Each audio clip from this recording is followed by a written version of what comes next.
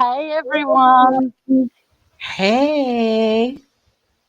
We were meant to go live at 6:15, but I thought, Andy thought that we might as well go live now because, we're still going to have pretty much pointless crap to talk about at 6:15, and we will now at 6 o'clock. So, hey, Matt, welcome. And yes, you are first in here, even though it says there's 0 people in here. I see your comment, Matt. Hello and welcome. Hello, Matt. He said hello to both of us. They're cute. Hello, Van. Hey, Van. How you doing, sweetheart? Okay, like I said, this was not a scheduled live. This was just something that Andy and I wanted to do today because even though it sounds a bit probably melodramatic, but it's 11 years since our grandmother passed away and we're feeling a little bit down, a little bit, miserable. And so we thought we'd come on and do a live and try and cheer ourselves up, cheer ourselves up a bit and try and, see if there is anyone else that's feeling a little bit down. We can hopefully cheer you guys up. And hello, Flight New York. Simmer. Yes, welcome. Hello. Hello, Flight Simmer. Welcome. Thank you for your time with us. Yes, thank you all so far for the 4 that are in here that I can only see 3. Hey, Emu, if you're in the background. Hello. Hey, Yeah. Van. Oh, thank you, Van. That's very sweet. Thank you. But like I said, we just wanted some cheering up because we've done the cheering up of each other, but we still feel a little bit flat today. So we thought, like I said, we would come in here and, shoot the breeze, as they say, and try and make sure that today. Yes, Andy. Sorry, I was just shooting the breeze. Well, actually, you just cocked your rifle by doing that. You didn't actually do the thing. Yeah, so, oh, okay. I missed the breeze though. It moved too quick. Yes. Anyway, but like I said, we thought we'd just pop on here. Don't know for how long, but we'll pop on here for a little while. Like I said, catch up with everybody because I didn't do. Oh, hello, PR Case Files. Thank you. I was just thinking, I don't know who that is, and I'm so sorry, but now I do, so it's all good. But yeah, we haven't got a case in mind. We haven't got anything in mind. To be totally honest with all of you, we haven't. Oh, thank you, Matt. That's really sweet. Did you see what Matt just wrote? Bless your cotton socks, as my grandmother would say. I shouldn't say I should say our. Sorry. Our what's he grandmother hunting? Van, what's he hunting? Is he hunting for a man for me? I want him to be about 6 foot tall, muscle, good looking. He has to look straight. What is it? Okay, here's the thing though. Gay men have the most. I love all men, gay, straight, bi, whatever. I don't care. But the thing is though, you gay men are so picky. Oh, cool. PR Case Files. That's really wicked, sweetheart. I really hope it all goes in a direction by changing your channel around a bit. I hope it goes the way you want it to. Sorry if I'm a bit slow reading chat. My eyes are still a bit fucked. That's putting it. Yeah, fucked. But but no. But like I said, why is it okay? You could meet the man of your dreams, and he could be a little bit girly, and I could turn it into a home shopping thing. The man has to be 6 foot tall. Oh my god! Can you get him on a payment plan? Like a donkey. Okay. But wait, there's more. He has to come with a free set of steak knives. Hang on, instead of all of that, how about you just find a very nice guy? More than anything, you find a guy who knows how to fucking cook something other than 2-minute noodles. That would be amazing. That was even a struggle for the first one. That's what I'm saying. You need to find one that can actually cook something other than 2-minute noodles. Now, we're talking about my brother's ex who couldn't even boil water. Oh, he could do that. Oh, he could boil water so that he could boil an egg. Probably not. No. Sorry. But for me, like I have a partner, but if I was to say change that and not have one, I would actually not care as long as they had a good Oh, heart. hang on, And hang on. So he's hunting rabbits, so Bugs Bunny. He's hunting Roo, so the Kangaroos football team, and deer. So he's hunting that old he's man. hunting no, he's hunting Rudolph so he can put it on the roof for a Christmas Yeah, decoration. Rudolph. Yeah, he's, Don't think. no. I'm Sorry, not but there's only one person that can sing on my channel, and I'm not going to say who, but there's only one person we're allowed to sing on my channel. Van. Oh, oh fan. my. Yeah, Yeah. Don't you hate those throat viruses? I do. Hmm. Wasn't someone in this chat that was changing their hair color the other day when I saw you? Yes. I haven't seen their color yet. It's not on their Well, wait till she. Yeah, because no, I'll just see what happens then. No. That I sounds haven't like looked a at it, record that's just like dying, like, and it's like it's blackout, and instead of the music just goes.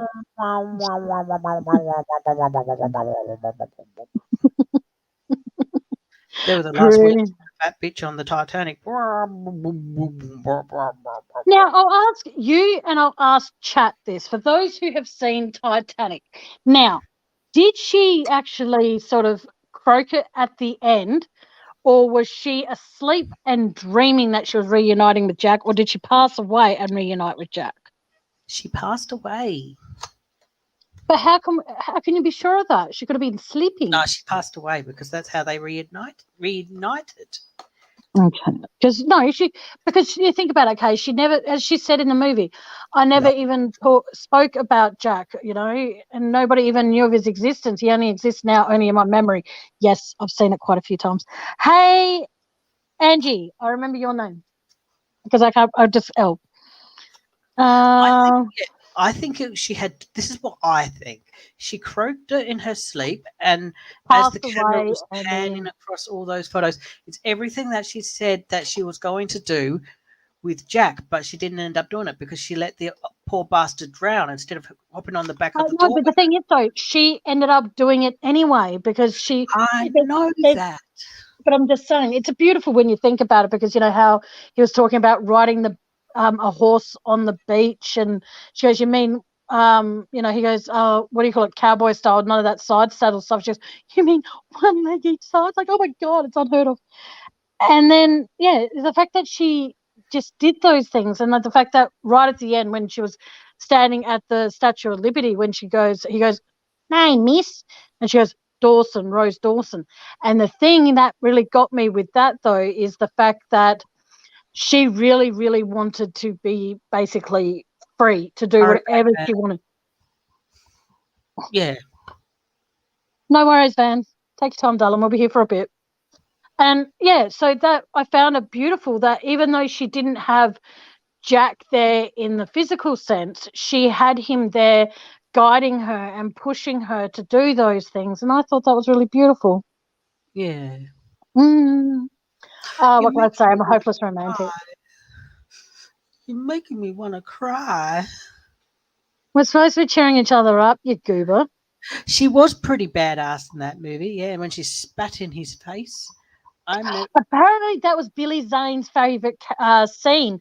But he said that at the end, because she was suffering from dry mouth, they actually had to more or less fill her mouth.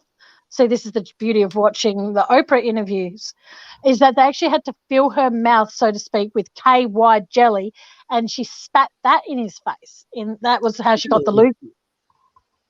So she was a badass, but yeah. Are you saying about? Oh shit. No, my Trying phone's to leave up going. my ass, you can't. Yeah.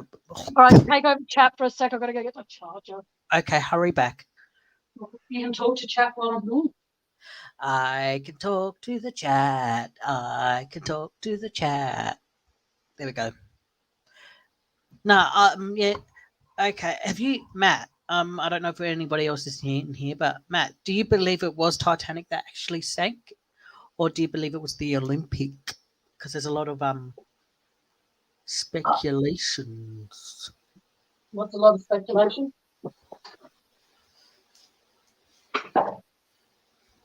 Because I think it was Olympic had all the problems and Titanic didn't, so they switched the paintwork on it and made Olympic Titanic a Titanic Olympic, if you know what I mean. So, well, you should keep in mind as well, they couldn't insure Olympic for a long time.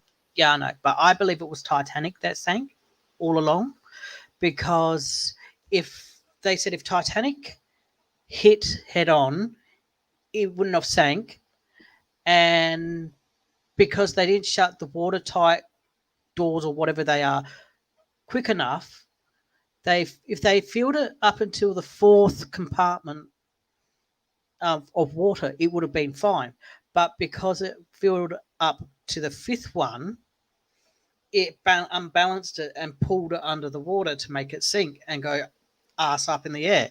So, yeah, that's what actually made it, the pressure of it actually pulled it under the water and to snap, because there was too much pressure at the front end of the ship.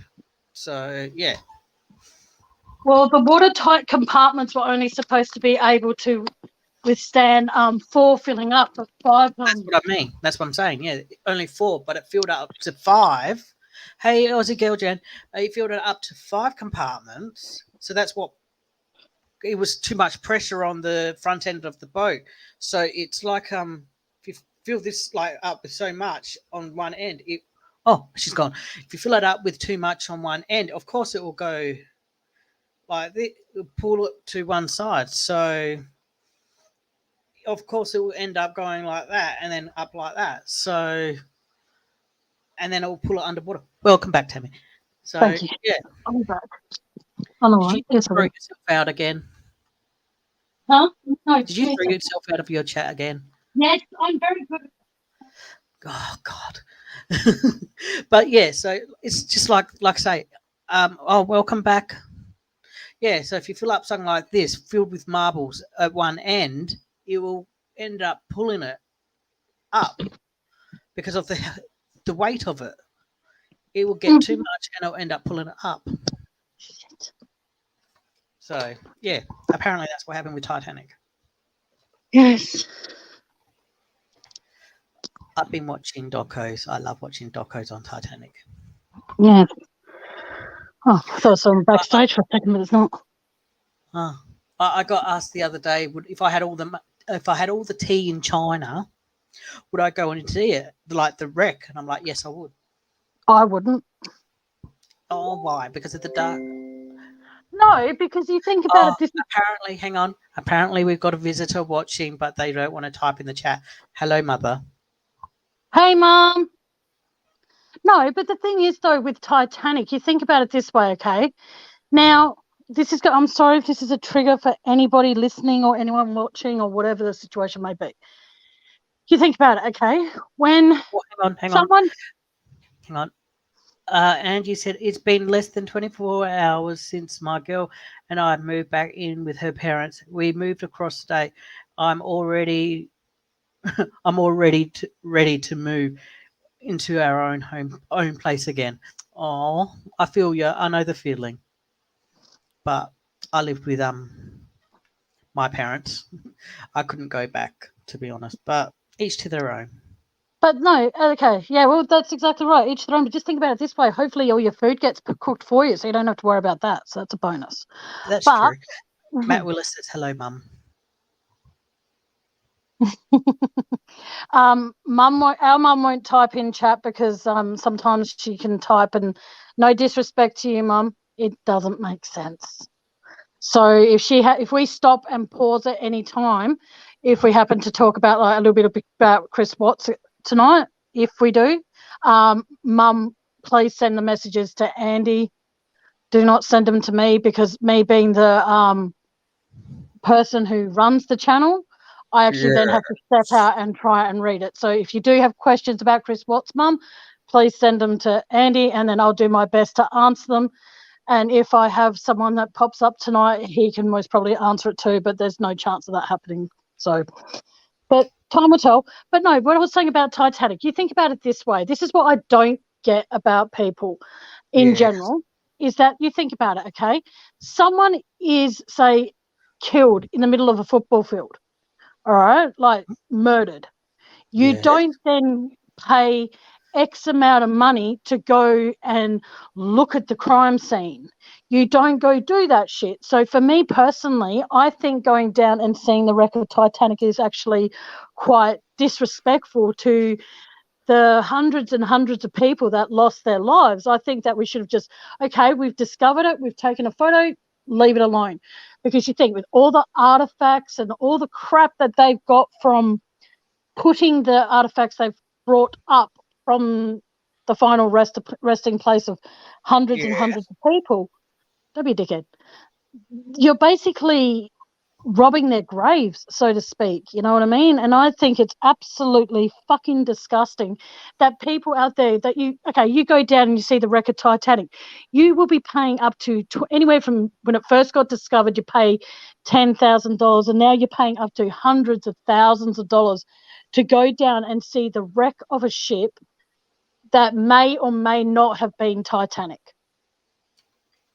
Because there are documentaries out there that say, you know, it wasn't Titanic, it was Olympic, because when Olympic had the collision with the submarine, I can't remember the initials of Hawk or whatever it was called. What happened is that, yes. Sorry to interrupt you for a second. It says tourists can take a tour of the Titanic in 2021. The first time the shipwreck was explored in 15 years. Packages to visit the submerged vessel are being sold by Ocean Gate, for $125,000 or which equals to 95,000 pounds. That was posted on the 9th of November last year. Yeah, see what I mean? Like, that is so much money to go down there, you know? And you think about it, if you go down in that thing and that cord snaps or gets caught on something and they can't raise it again, you're basically where the people were with Titanic, except that you're in a cocoon, so to speak. But I think personally they should just leave it alone, because you think, okay, $125,000 to go down and see the wreck of a ship. Okay, hear me out before you interrupt again. $125,000 to go see that. And I know this is going to make me sound bitchy, but what have you honestly got to show for it? You know what I mean? It's not like you've got to be able to say to the person behind you who's operating the bloody machinery and go, oh, there's an artifact, I want that. You've got nothing to show for it apart from the deposit of a house. What? Can we go and get myself a souvenir plate from the dining room? Oh, yeah, well, why not? Okay, no. You know, what I'm saying is you spend $125,000 to go, and you're 3 hours in darkness, by the way, guys. Keep that in mind too. 3 hours in darkness.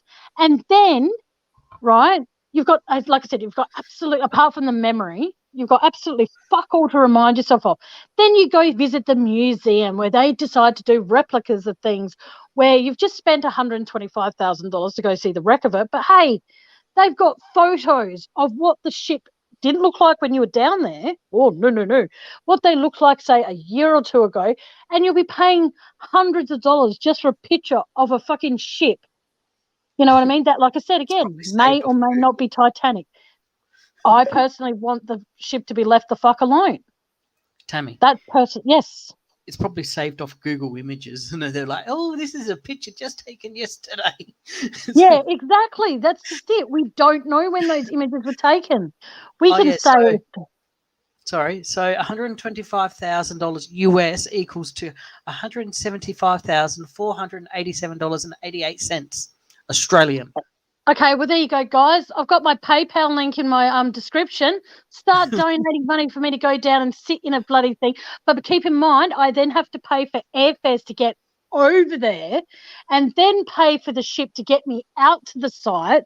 And then you can't, nah, fuck that. Sorry. No. I would rather spend that $125,000 on a deposit for a home for myself or something like that. Yeah.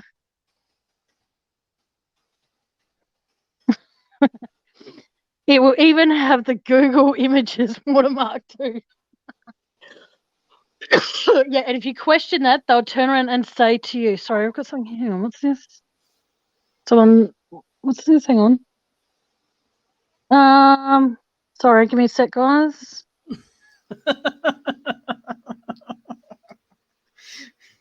That's not very nice, Andy. My brother just sent me a really bitchy message in private saying, would you even fit in a small sub? And in answer to that, your ass is wider than mine, mate. So I know. That's insane. Imagine that. Grease up the hole to get them in. Push them in. Imagine Steve. Andy, don't. We don't know who's listening. My point being is that I personally think that the wreck of Titanic should be left alone. No diamond. Yeah. But no, apparently in the things that they have that go down, you're either standing up for the whole time, so you know that in itself is like fuck that. And then some people actually have to lie down for the entire, like on a chair that stretches out for the whole journey. You like that? Hang on. Yeah, exactly, Andy W. Prick. Yeah, God knows what's down there. It's too deep for like sharks and all that. Then it's too cold for sharks. No, Aussie girl, Jen. God's in the sky, not the ocean. Andy, don't be a fuckwit. Please do not be disrespectful to my subscribers or I'll kick you off stream. Oh, damn. No, I'm sorry, but it's just I'm trying to make a point. You're joking around and it's a little weird. But no, I personally don't think that they should. That $125,000, right? You get 4 people going down there. That is $500,000 fucking dollars. $500,000. Welcome, Hey, Dave. How are you, Dave? How's your day been, Dave? I think he knows his name by now, Andy. Dave? Andy. I'm joking around, Tammy. Calm down. I know, but I'm just anyway. You should do sound effects, Andy, because seriously, they're as annoying as the original. But no, seriously though, I would not under any circumstances, even if someone said to me, Tammy, if you could have anything in this world and you could go see anything, what would it be? It would not be the wreck of Titanic, even though I am a massive fan. But like I said before, how can we be sure that it was Titanic that sank? Olympic became inassurable. Just call me Dave. I am Dave. I said hello, Dave. Just call me Dave. I did. Several hundred fucking times. That's it. Dave. Anyway. Moving on. Did you read his comment, Maddie? Which one? You're first everywhere. Is that what all the girls say to Maddie? That's just mean. There's so much sexual innuendo with that. Innuendo, yep. Innuendo. Look. Anyway, Dave, I hate to be the one to tell you this, though. In your window. In your window. Oh, what have I done? I've just been lame. But no, as I was saying, though, is the fact that I think personally, in my opinion, as I've been taught to say when I have something to say, Titanic should be left alone. We, again, have no... When Olympic was hit with Hawke, with that submarine, right? It turns out that Olympic was at fault, but from that day on, Olympic had a list to port when it would sail, and it was insurable. They could not insure it for anything. So, Norman, because he's got a lot of balls. I don't know, Dave. Why? Oh, this is so bad. I'm trying to talk about something serious and it's not going to happen. This is But I not- remembered not something that stuff. Dave did tell me, so I'll just keep quiet. I don't think the Sorry. answer to that. No, I'm trying to get the answer to what. Hang on. Why, Because it's got Dave? a 9-inch shaft. Yeah. Da-da-da. Did you see that picture that circulated a couple of months ago of him walking like? Yeah, you showed me. Yes. Him walking Yeah, along the beach in the Nike. he He's got a wasn't in. He had shorts shark on that there. left little to the imagination. He's got a big shark. Oh, here we go. He stays on top for 3 days and always comes second. Oh, that's cute. I want to say something, but I don't want to lose Matt's respect, so I'm not going to say anything about that. I think I might just leave that alone and let it fester with the fishies. But no, Andy. Oh, hang on, Mum. If you're still listening, do you have any questions about Chris Watts? Well, Can you ask her for me? Because then that way I she can would get have that heard up. that. She'll type them to me if she does. Yeah, well, she knows the protocol, not to message it to me because I can't. No, because I can't keep on popping. I need to. No, calm down. Yeah, I'm just making sure Mum knows. Andrew, did you make that joke up, Dave, or did you hear that on the circuit when you were a caddy? Moving on. As I was trying to say before, can I finish what I've been trying to say for like the last 10 minutes, please? Oh, all right. When Hawke collided with Olympic, like I said, it had a list of port, and there were people on Titanic that there was a science teacher that was on there, and he noticed that as it was sailing for the first 3 days before it picked up speed, it had a prominent, as they said in the documentary, a prominent list to port.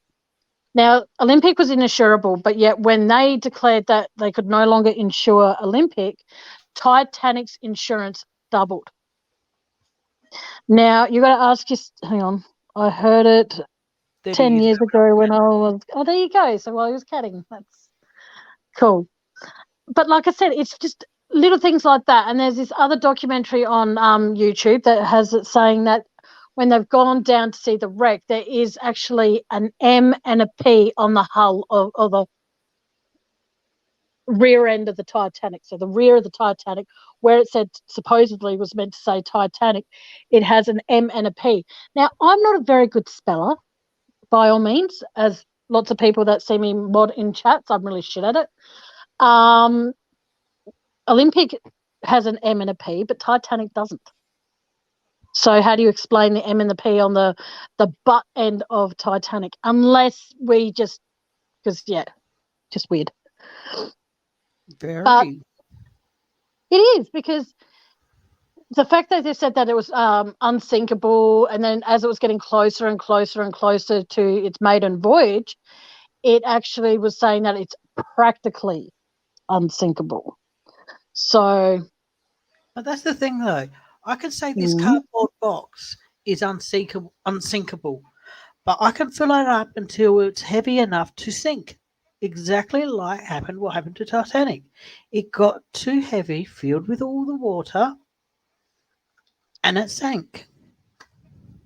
So that's what happened with Titanic. exactly. It's not the Olympic, it is Titanic. But how is it, okay, if you believe that, that's fine.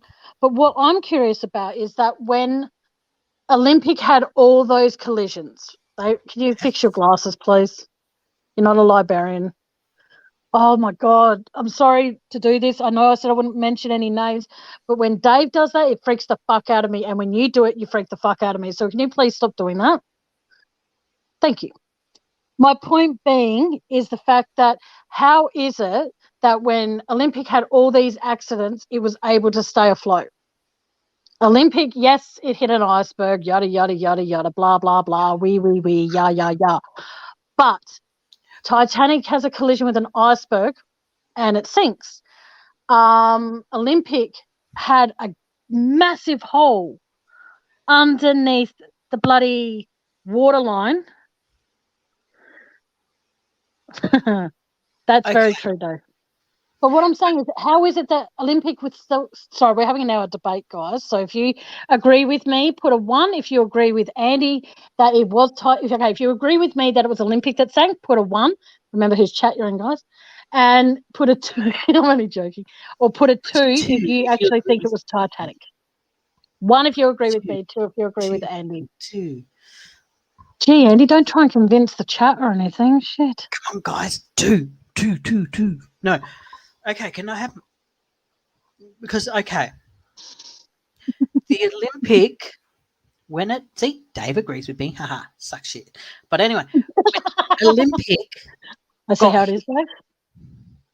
When Olympic got hit, Mm. it didn't hit... It hit the top of the boat. Like No, it didn't. Hear me out. Above the water. It didn't hit all the way down like the Titanic did. The Titanic hit the iceberg and it scraped along and left a so long meter gash. So, of course, there's got to be more water pouring into it and more pressure on the boat. Hear me out. You had your say. No, I haven't. But when the Olympic hit, it just hit and it stayed one spot. If it didn't hit and then drag itself along. So there was only that one whatever size hole the submarine made. Yeah, but you got to keep in mind as well is that Olympic was actually damaged. So the submarine made a hole like that, right? Yeah. Okay. The iceberg made a hole like that, but then it dragged itself along and made a bigger hole. So of course, like I say, there's got to be. So there's going to be more chance of more water to get in, to put more pressure on the front of the boat, to make the more components of the watertight areas. Okay, let's say you're right about that. But Dave and Andy, let's answer this then. How do you explain the lettering of an M and a P on the butt end of the wreck? How do you explain that when Titanic... You can actually see it in the documentary. You can actually see an M and a P. No, I can, and my eyesight's shit. Everything I have seen, it says Titanic, and plus they're just saying that to get the little arse wipes that want to go, oh, okay. Titanic. Okay. But how do you explain the that when before Titanic set sail, it had an even number of windows evenly spaced, but when it was to set sail, it had an odd no thingy. Titanic and Olympic were identical. They were identical. You couldn't there was such no. Yes, you could, because of the windows and because of the fact that there were things that were different. How do you explain them wanting to put carpet down in the entranceway and in the dining of the first class? How can you explain? What?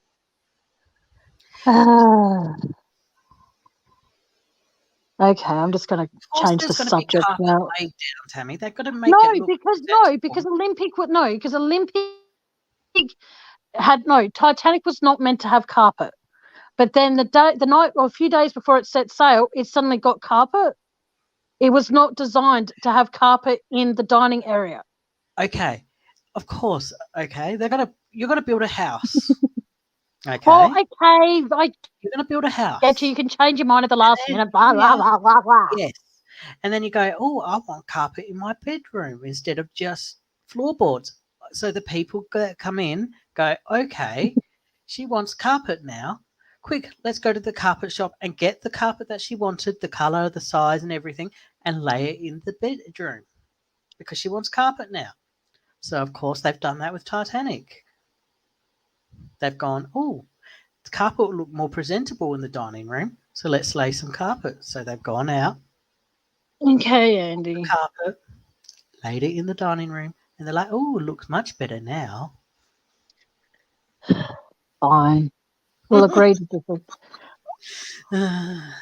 I can't believe that Dave agrees with you. This is fucked up. I agree with everything that comes out of that man's mouth, just about.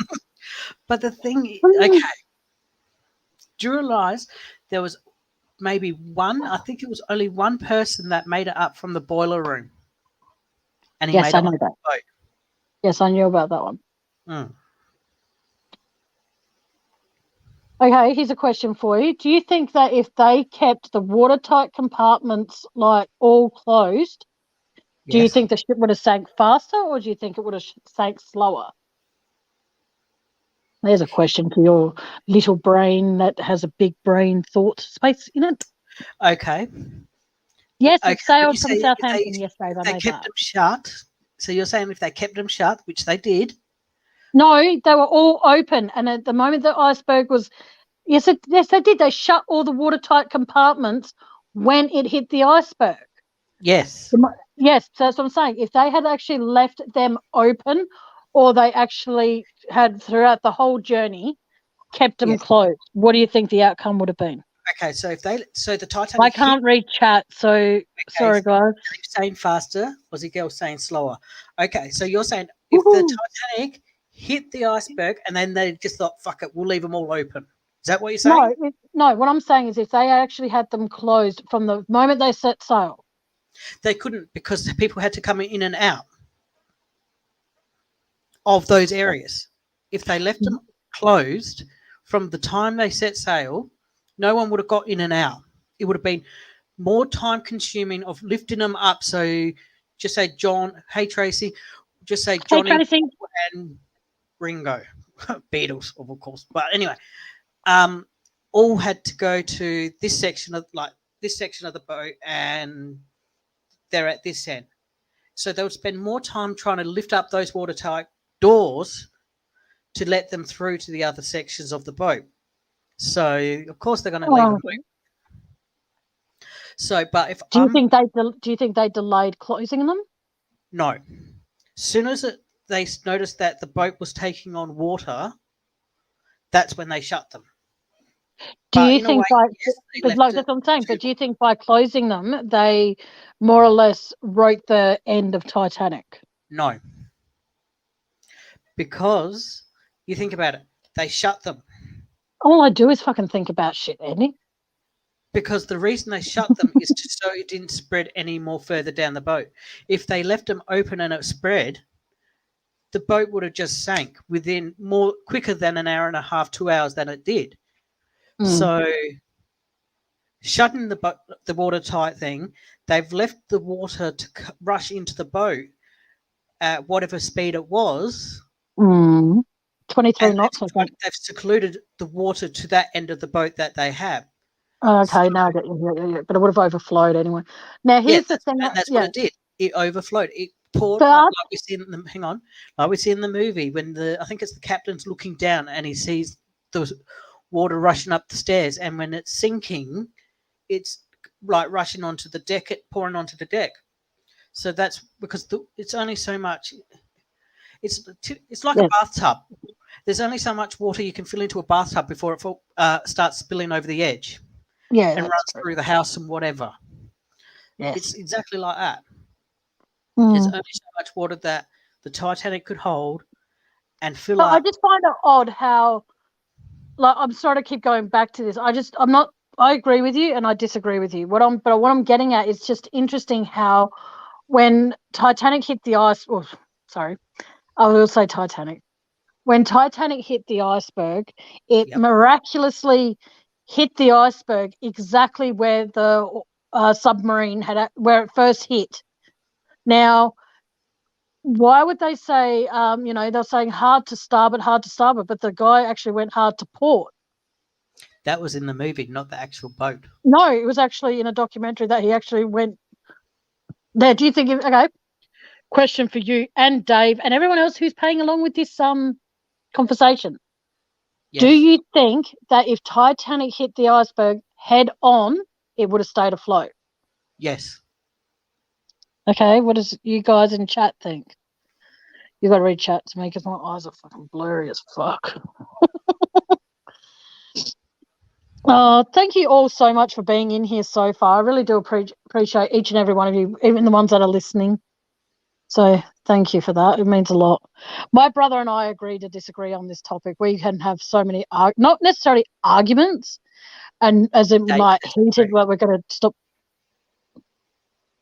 Fuck's sake. Dave, get your ass up here and be on my side. No, I'm only joking. You can come up here if you want to come up here. But no, but like I said, I just find it very, very okay. They Drink couldn't. bottle, Tammy. Drink bottle, okay? Oh, for fuck's sake! Here we go. Demonstration for Aunt Tammy. Titanic hits here. This is Titanic. You hit it here, right? Yep. Water's going to go in, obviously, but it's going to take its time filling up. Mm-hmm. Okay. But if it hit here and then left a gash, it's going to fill up quicker because of the long gash. Here is only a small entry point. Here is a large entry point, so it's going to sink quicker. Yeah. I just think it's a tragedy. Okay, So, Andy. I just small think it's entry a point to a tragedy. large entry point.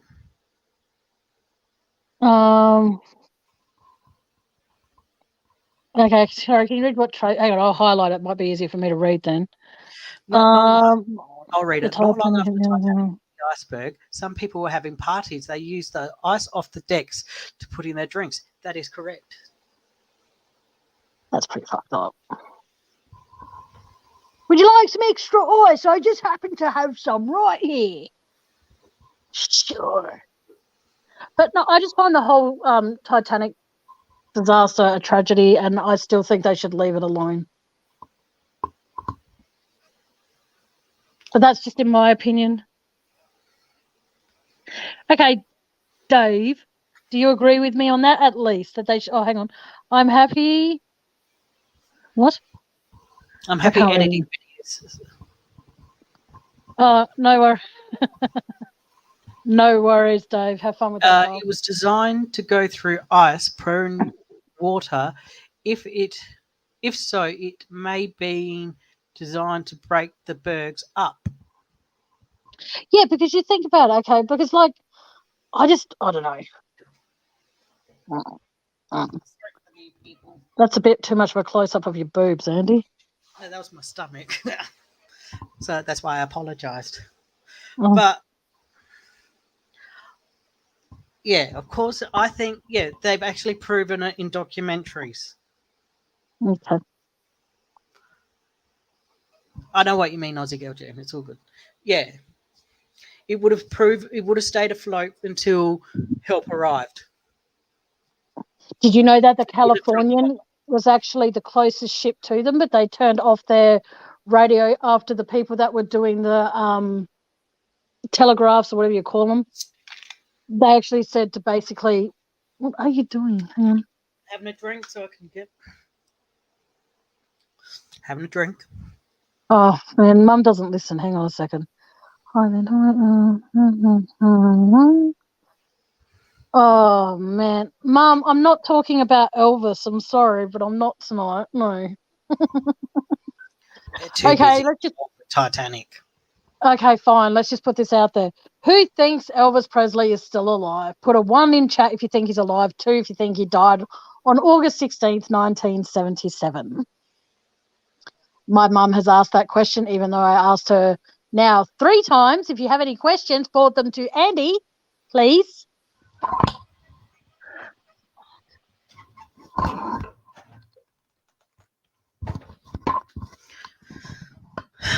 Sorry. Back. Sorry. Yeah, so. Yeah, I just think that if they... Tracy thinks he's dead. No, Aussie Girl thinks he's dead. Okay, Matt thinks he's dead. Everyone thinks he's dead, Mum. Oh, hang on. She added something to the comment. Hang on. Apparently the truth will come out when Bob Joyce passes away and his book comes out. So that'll be rather a boring read, if you ask me. Especially if he's not who he says he is. Anyway, moving on. Okay, now, Yes. I put a question. This is about Chris Watts, so I'm sorry again if this is way off what I was talking about with Titanic and Elvis Presley. But I will say this when it comes to the Chris Watts stuff. If you want to know more about it, tune into Seeking the Truth with Dave, because he's doing all of that. And the only time I'll actually discuss him is when he's on my show to discuss it with me. Because, yeah, it's just easier that way. Are you about to break out in song, Andy? No. Oh. Hey, Tiger Girl. Hey, Aussie Tiger Girl Girl. Jen. It's Bob Joyce. You think Elvis Presley's Bob Joyce? No, Aussie Girl Jen's like Bob Who, so I'm like Bob Oh, Joyce. okay. Bob Joyce is a priest, pastor, preacher, whatever you call it, over in the States. And a lot of people have speculated that he is actually Elvis, because Elvis said that if he wasn't an entertainer, he would have, and all that sort of stuff, he would have been a preacher of God. So, between all of us here and my brother, if he was, I would go to church, even though I'm atheist. So, sorry, but I am. But no, like, I just find, okay, I will say this about the Chris Watts stuff. TJ and Seeking the Truth with Dave, Red X Files, I believe that's the name, is actually doing more about the Chris Watts stuff, and they're getting really, really, really close. So please, someone want Matt, or can you put in his link to his page, so for those who aren't subscribed they can. But no, I just think when it comes to the Chris Watts stuff, I think that there are a lot of things that don't make sense, so it's best if I just share my opinions to Dave, and then if Dave thinks that it's a good opinion, then he can share it, because he gets more viewers than I do by a long shot. So, but no, I just think that, like, when it comes back to Titanic, hang on, what do you want? Oh, sorry, could you link Dave's channel in chat, please? Just so that way, if people ever ask, what did you do about Chris Watts? It's because Dave covers that. And it's easier just to get him the subscribers than me at times, because, a lot of things I do want to talk about, but as much as I adore you, Andy, sweet FA about the Chris Watts case, so you can ask things about the question. You can ask questions, and I can do my best to answer them. If I'm wrong, I'm sure Dave will correct me, but feel free to. Yeah, if I've got any questions, I'll pop up on Dave's live tonight and ask him. That's if he goes live tonight. Oh, okay. Why? I don't need promoting. Yes, we know, Dave, but we're just saying that if people got questions about Chris Watts, because I don't know much about it, to jump across to your channel when you go live and ask them there. And yeah, because I could go, oh, Chris Watts, da da da da da, and it could be all wrong, and then. Well, you can say, okay. Well, from what you know about the Chris Watts case, what's your open opinion about what took place that morning of August 13th, 2018? What do you think happened? Yes, your opinion. I don't think Dave killed his daughters. You don't think Dave killed his daughter? Oh, not Dave. Chris Watts killed his daughters. Who do you think killed his daughters? Chris Watts killed his daughters. I don't think he killed them. I think somebody else. I'm saying, who do you think killed them? Someone was waiting. Thanks, Matt. Thanks, Matt. Okay. Yeah. And well, he had a mistress who everyone believes is connected to this case in more ways than one, and I do believe she needs to be re-interviewed and reinvestigated, and actually have someone that's actually got how can I put this as nicely? Oh, hang on, it's my channel. They need to re-interview Nicole Kessinger, and what they need to do in regards to that is that they need to find someone who's actually got a pair of balls to that's right. Dave just wrote in chat, Chris killed no one. Yeah. I think they need to find I think they need to find someone to re-interview Nicole Kessinger. And I know I might sound really mean when I say this, and it might upset some people, but I'm prepared to take that risk. They need to find somebody who actually has the balls to ask her the hard questions, because she got babied so badly. Like, get this, Andy, she's 33, I want to say 33. Dave, correct me if I'm wrong. When she was interviewed, and she had her daddy in with her. Okay, now I don't know any grown woman that would let that happen. I think the $10,000 he took out from his super, either from a video I shared with Dave, that money went to help her parents from not losing their home, or could that have money been to say, all right, here's the money, don't hurt my wife, don't hurt my kids, here's the money. You know, because at the end of the day, we don't have any kind of proof where that money actually went, that Shanann. Okay, the night that this all went down was Morning. what's her name? Morning. The wife, what's her name? Shanann. Was Shanann out of the house? She went away for that weekend, and she came home about, I want to say around 2:00, 1:45 on the was it Monday or Sunday, Dave? Thank you, Dave. Yeah, she was 33, and she got her daddy in there with her. I think the children had She would have. had already been murdered by the time she got home. Yep. And then whoever murdered the children was in the house waiting for her, and Yep. Dave was in another room sleeping, drinking, whatever. Dave's in Dave, chat. Chris. Fuck. Chris. Sorry. Monday. Chris She was went away in for the house, sleeping, drinking, whatever he was doing at the time, and he paid them off and just said, "Do what you need to do. I want nothing to do with it." That's a good way of thinking. And it was Monday morning that she got home about 1:48 a.m. of the Monday morning. It's and like me.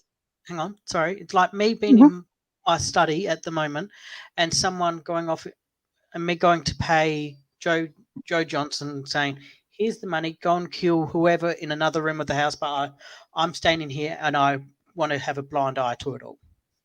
But the thing is, though, the kids were not in the house when Shanann got home at 1:48 a.m. Okay. Yeah, that's because I've always said it. If you remember, Mum and I talking about it ages and ages and ages ago, even before I discovered Dave's channel, I always said that I don't believe the girls came home from that birthday party, because what I find very, very odd is the fact that while Shanann was away for that weekend, right, he was supposedly parking Shanann's car down the street. He goes to a Sorry, Tiger Girl asked how you were. Oh, did she? Yes. Hang on, sorry. Oh, I'm okay. Getting there. All good. It's my fucking channel. I'm still having issues with my eyes. My hands are giving me absolute fucking misery. I can barely hold anything, so it's all good. Sorry for that, Tiger Girl. Sorry, I got caught up. Sometimes I miss messages, and yeah, I missed that. Sorry. That's why you're here, Andy, to tell me if I miss a message. Okay, who are you asking this to? Me or chat? Mr. Dave, if that's okay, Mr. Dave. Wait till he actually answers your question before you say it's okay if I ask you a question. Don't just go. Okay, Dave, if it's okay, can I ask you something?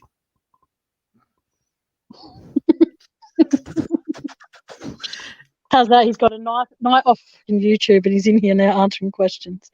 Thank you for asking how I am, Tiger Girl. That's very sweet of you, darling. Thank you.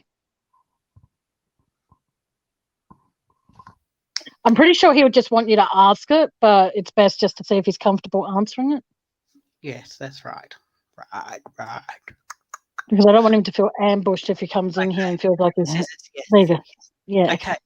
After this Chris Watts case is fully resolved and you've got the answers that you were looking for personally, and you're happy and you're content and you're ready to move on from this case, what's the next case you're going to be studying to try and get the truth out from it? It's got the Tammy Wells case. What? He's going to do true crime. No, he's not. I was going to say he's going to investigate whatever catches his fancy, I suppose. Because it's always made me wonder, after this case, what's Dave going to study?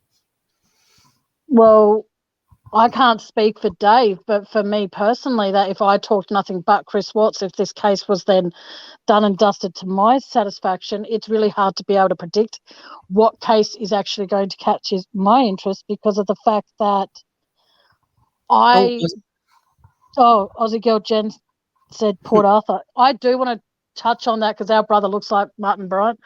But what happens is, for me personally, I can't, if someone wants to ask me that question, I can't say what case I'll go into next, because of the simple fact there you go. Stephen Avery. What did he do? Avery. Making a Murderer. Ooh, that sounds interesting. Yes. Port Arthur. That's an interesting topic to talk about. I think you and I should actually, after this live tonight, like not straight away, but I think that is something we should investigate. So, yeah, but like I said, if you were to ask me that question, Andy, like what case would I really like to investigate? It comes down to that it doesn't matter what there is. Like there's always going to be unanswered questions when it comes to the Chris Watts case. It doesn't matter if this case gets reopened and Chris goes to trial and Chris is released, or Chris is, given a much lower sentence. It's always going to, oh, here we go again. She's messaging. Mum, seriously, hang on. Okay, while you're reading that and making sense of it, if it's okay with you, Tam, and Dave, and because he likes to talk about true crime as well, starting next year, at the end or the middle or the start, middle, or the end of each month, Tammy and I will touch on a local kind of true crime that's Australia based, and we'll talk about it for that live, and we'll be merging my channel with her channel and getting it out there a bit more and talking about that. So okay, yeah, that'll be something that we could do. Now, here's a question. Sorry, Dave, my mum's asked me to ask you this. It's funny how Mum, you can type, if you can type that on Messenger, you can type it in here too. She's asked me to ask you, why was it that hang on, I got to read the word for word. Oh fuck, just close the fucking message. Why was Bella or Cece standing in the doorway saying, why are you hurting Mummy? I can answer that from my opinion. It is because that's all speculation. There's no proof of that actually taking place. There's no proof that one of the little girls was standing in the bedroom doorway asking, don't hurt Mummy, or saying, what are you doing to Mummy? There's no actual proof that happened. Now, Mum, any future questions, please put them to Andy, because I only have my phone and I've got to go out of chat to read the message. So please send them to Andy. Fourth time. No, it's actually the 10th, Andy. But yeah, so we'll be touching on a fucking old dog. Shit photo. Anyway, so we'll touch on a local crime. When we say local, we mean like Australian crime. Yeah. One every month, and we'll discuss it for that live. And if it goes over more than one live, we'll continue it on, instead of, like, just say it's at the end of every month, we'll continue on to the first live of the next month instead of waiting to the end of the month to talk about it. And then people lose track and we lose track what we've talked about. So, yeah. There you go. Yeah, I just got a question thing from Mum. I'm old. So sorry. It's okay, Mother. Oh, so shit. Fuck. I mean, hello, everybody. I just read something that I've been doing a lot lately, and I now realise that I've got to stop doing that too. Sorry. Oh, is it the last comment? Yeah. I have a habit of calling people I care about hun. And I've been doing that a lot lately, and yeah, I've got to. Do you realise that we call each other hun, but we don't in person? I have a few times when we've been out shopping. Oh, I don't take I'm much like, notice. nothing out of the ordinary there. That's my family for you, dolls. Every one of you in chat, they don't pay much attention to what I say. Don't you love it? No, Oh, actually, I retract that. They listen to me, but they only listen to little bits of what I say, so then they can have a bitch about it later. not true. But anyway, let's talk about what she just said. Hang on. What did someone just? Dave Girl. one. Why not? Girl. Sorry, I'm trying very hard to read chat. Darling. But no, but like I said, in answer to your question, what you're asking before, Mum, I do believe that was pure speculation when it came down to one of the little girls was standing in the bedroom thing. I do believe that was pure speculation. I don't believe that actually happened. But yeah. Is that a question from Mum? It's like having a conversation with Mum while she's not on, she's in chat, but she's messaging questions because she doesn't want to write in chat. Because that's always fun. No, because it'll come up as me asking the question. Well, that's fine Because Mum though. uses my YouTube. Oh, okay. Was that a question? Yeah, but I don't want to ask it. It's all right. No, put it to me in PM and then I'll choose if I ask it or not. Because I don't know. Okay, this is going to be really weird. So, is it something that might actually upset a few people, or I'll just wait till I read it, and when I'm reading it, I'll let you know. So I don't know. Mum, even with my glasses, I can't read chat properly. Okay, it's got nothing to do with what I'm talking about. Anywho, any other things you'd like to talk about? Oh, Mum asked the question if that was okay. What about? Sorry, my mum asked a question: is how do we? Can you hang on a sec while I quickly go from there? She's asked, well, why did he say in the? Hang on, can you hear me? Yeah. Okay, but mum writes, well, why did they say in the doorway of the bedroom, and why say, what are you doing to Mummy if she was already dead? Bella, she may have been killed. The little Cece, the bank, then she grabbed her from behind while Chris was wrapping Shanann's body up to carry down the stairs. I don't believe that she was carried, because no one was. Okay, I'm going to get really peeved here, and not at you, Mum, so don't get all bent out of shape. Can you hear me? Yes, Tammy, we can hear you. Okay.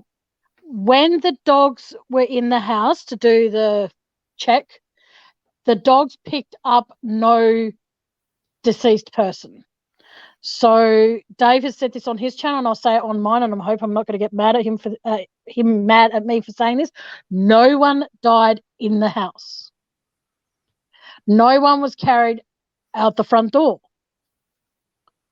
Okay, people were, I think, from my opinion, people were rendered unconscious with chloroform and then taken out the back. And the reason that they were taken out back is because there is no way in the world that anybody would have taken those bodies out the front. No way in the world, especially with those lights that were opposite the house that were lit up like a bloody hall of fame of Christmas trees. I honestly believe that no one was killed in the house, no one was taken out the front, and no one was placed in Chris's truck the morning of August 13th, 2000. I nearly said August 13th, 1977 then, 50s. And I mean August 13th, 2018. No one was killed in that house because the dogs would have picked up the scent of a deceased person. So if I'm wrong, feel free to correct me, but I do not believe that anyone was killed in the house at all. And I don't believe that Chris killed Shanann. I don't believe that Chris had a hand in any of it. I think that $10,000 that he had withdrawn from his I nearly said Y2K, but it was from his super. I do believe that was to stop what was ever going to happen. But because he didn't get out there to pay them, and he was caught up at the police station, I do believe that by the time he was able to go out there, because from what I've seen on other channels and stuff like that, they said that he didn't get to save his girls. So with that $10,000, I do believe that was to save his family. And because he was caught up at the police station, they obviously thought he was going to rat them out. He didn't get to them. So when you say $10,000, well, there's other people that are involved, and to know who I think. Well, I do believe Nicole Kessinger's involved. I do believe that Troy McCoy is involved. I do believe Leave Jim Alone, which is NK's best friend. Troy worked with Chris, and yeah. So who do you think that dumped the girls into the oil tanks then? I do believe it was Jim and Nicole Kessinger. Do you think the girls were alive when they were dumped? And No. they drowned, choked on the oil? No, because you've got to look at it this way. As far as I'm aware, and anyone who's in chat can correct me on this, no pressure from you, anyone when I say this, they could not perform an autopsy on the girls. So there is no way of actually knowing if they had some of that crap, if that was from the tanks, in their lungs. I don't think they were. Dave, you can help me out, please. Sorry. I know you're busy, and I'm sorry to bother you. I nearly called you hun, and I nearly fucking hit myself in the head. I believe that they might have been put in there semi-conscious, if that makes sense. But I don't believe that they were completely gone. Okay, when you say semi-conscious, so you think when they got put in there, they choked and died? I think they drowned. I think they drowned. Because for them I don't believe they were suffocated at all. But at the same time, we don't know, because of the fact that there was, as far as I'm aware, and again, correct me if I'm wrong here. Hang on, I'm trying to, what? I can't read Jen's comment or Dave's, sorry. Here we go. I think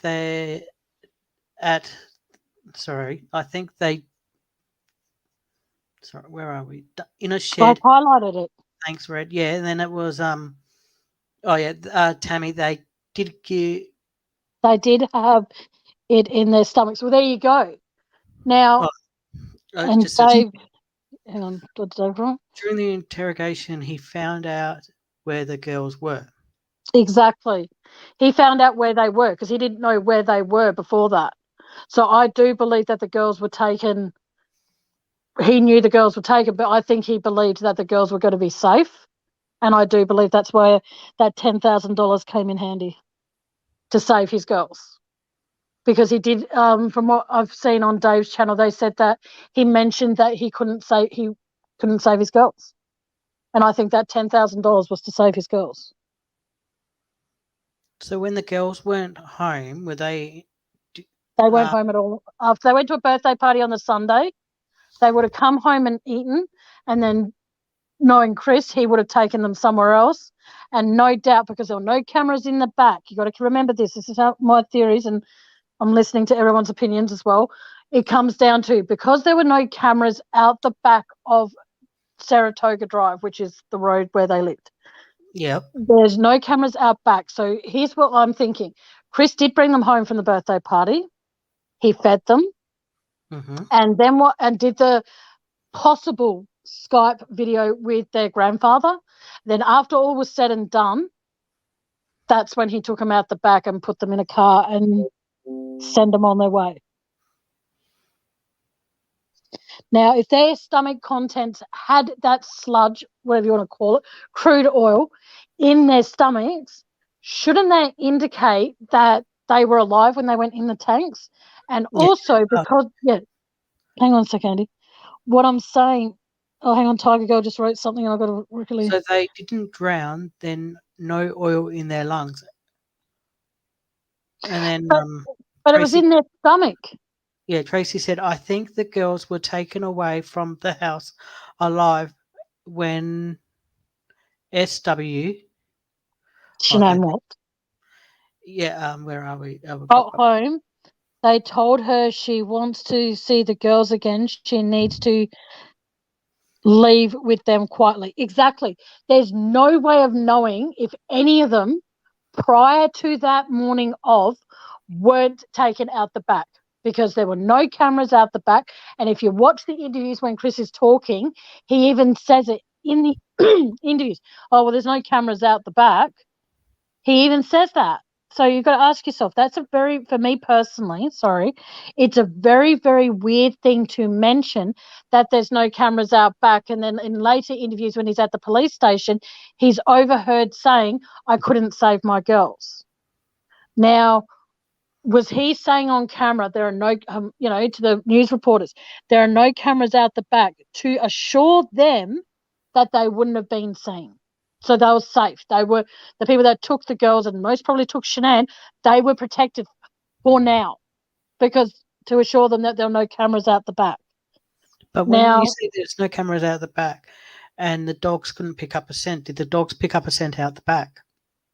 I don't recall actually seeing footage where the dogs were actually out the back doing any investigating, so I can't honestly answer that for Okay, I've got a my question. opinion. Well, why is Chris protecting all of them? He may have got a lesser sentence. What doesn't have to prove? What does he have to prove? Okay, Chris Watts is protecting his family. Or is he protecting the ones that actually murdered his family? Because he doesn't want to get out and then he's next on the hit list. Hang on. Tammy Lee was overheard by Chris saying he did well on the polygraph. There you go. That there in itself, sorry to highlight it, Dave, but sometimes it's easier for me to read it that way.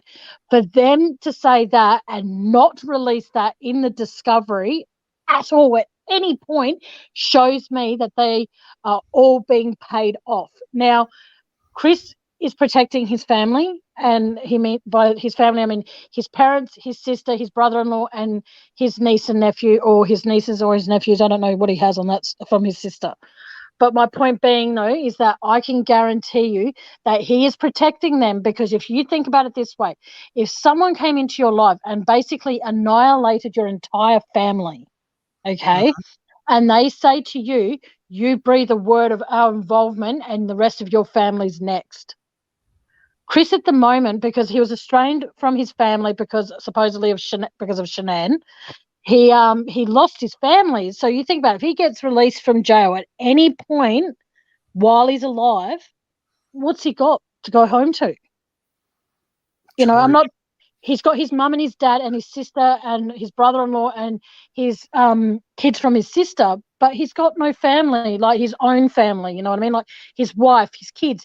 He's got nothing to go home to. So by him staying quiet, he is protecting the family he does actually, in fact, have left. You know, and kudos to him for doing that. But it's really... I believe you're stealing my content.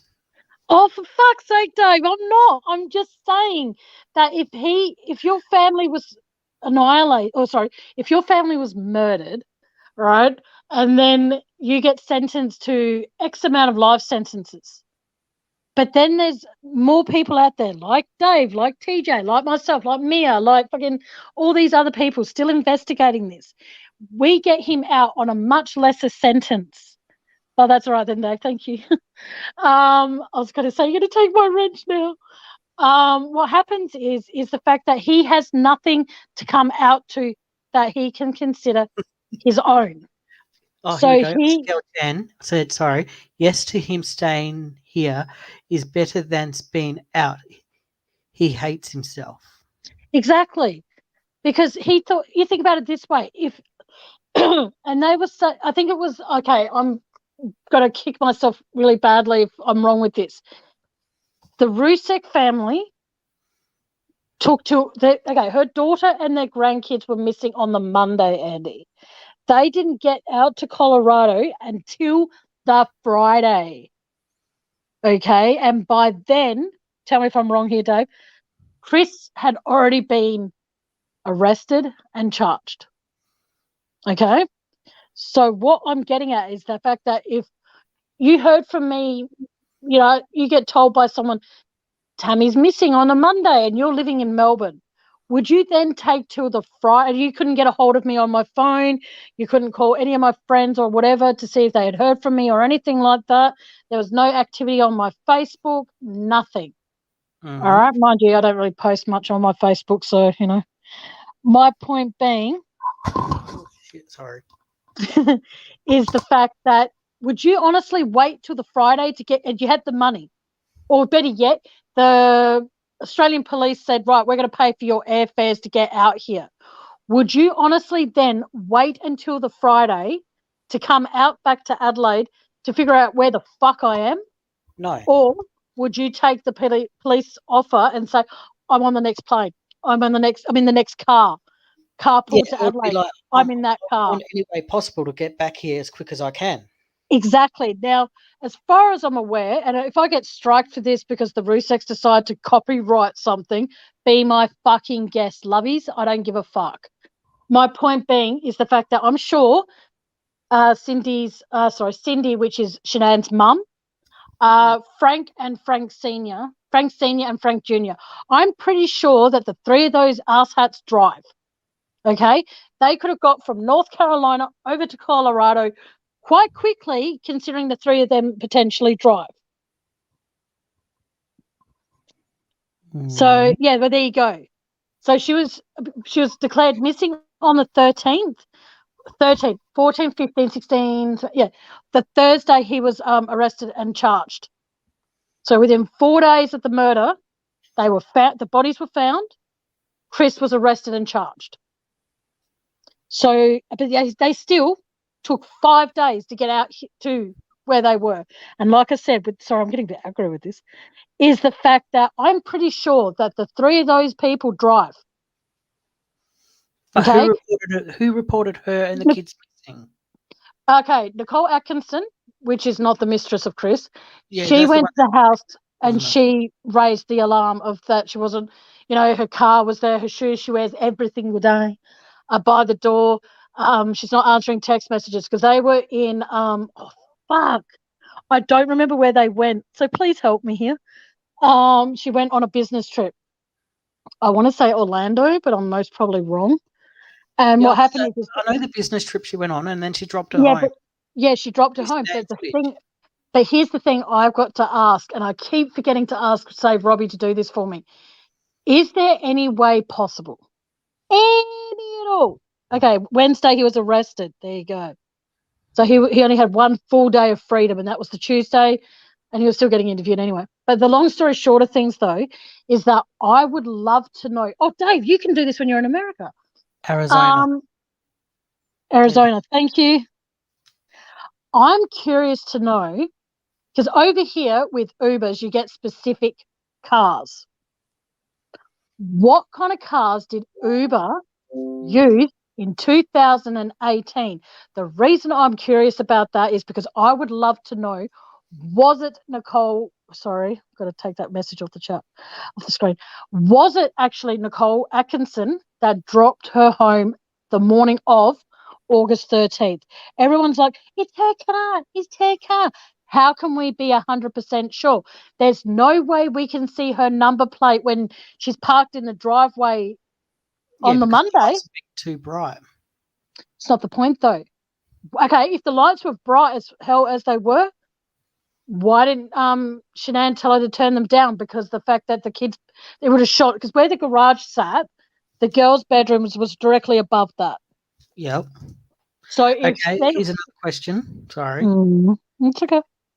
Who dug the hole and when? The whole situation, don't think he worked alone, me personally. How no one else where Chris worked, no one. Vice versa, the whole. Okay, I personally think that it was no, it makes sense to me. I understand, Mum. Okay, I personally don't think it was Chris that dug the hole. And considering the fact that I personally don't believe Chris drove, and I've always said this, I don't believe it was Chris that drove his car to work on the Monday. I do They not think believe that. Yeah, So Dave, whoever, they dropped her off. okay, thank you, Dave. I'm just saying, how can we be 100% sure? It comes down to the fact that like I said, I don't believe it was Chris that drove his car to work or his truck to work, because there's an interview that I know Dave played, and it was saying about how the babysitter, she was asked to describe Chris's truck. She said Chris's truck was a brownish color. When he drove home that day, his truck was grey. Hole was dug Tuesday night. There you go. Wasn't on saying that, Dave? Was Chris getting questioned non-stop Tuesday? Oh, by Jimbo. Yeah, which is Nicole Kessinger's partner in crime, boyfriend, lover, her best friend, whatever you want to call him. He was out there digging the hole while Chris was getting interrogated. And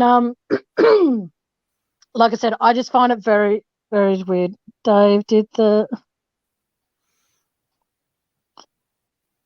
Did the Lexus? I'm reading it. So I'll highlight it so I can read it a bit better.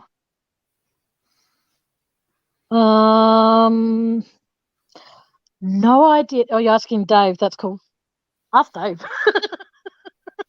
Dave's like, yes, he's a smart cookie. Sorry, Dave.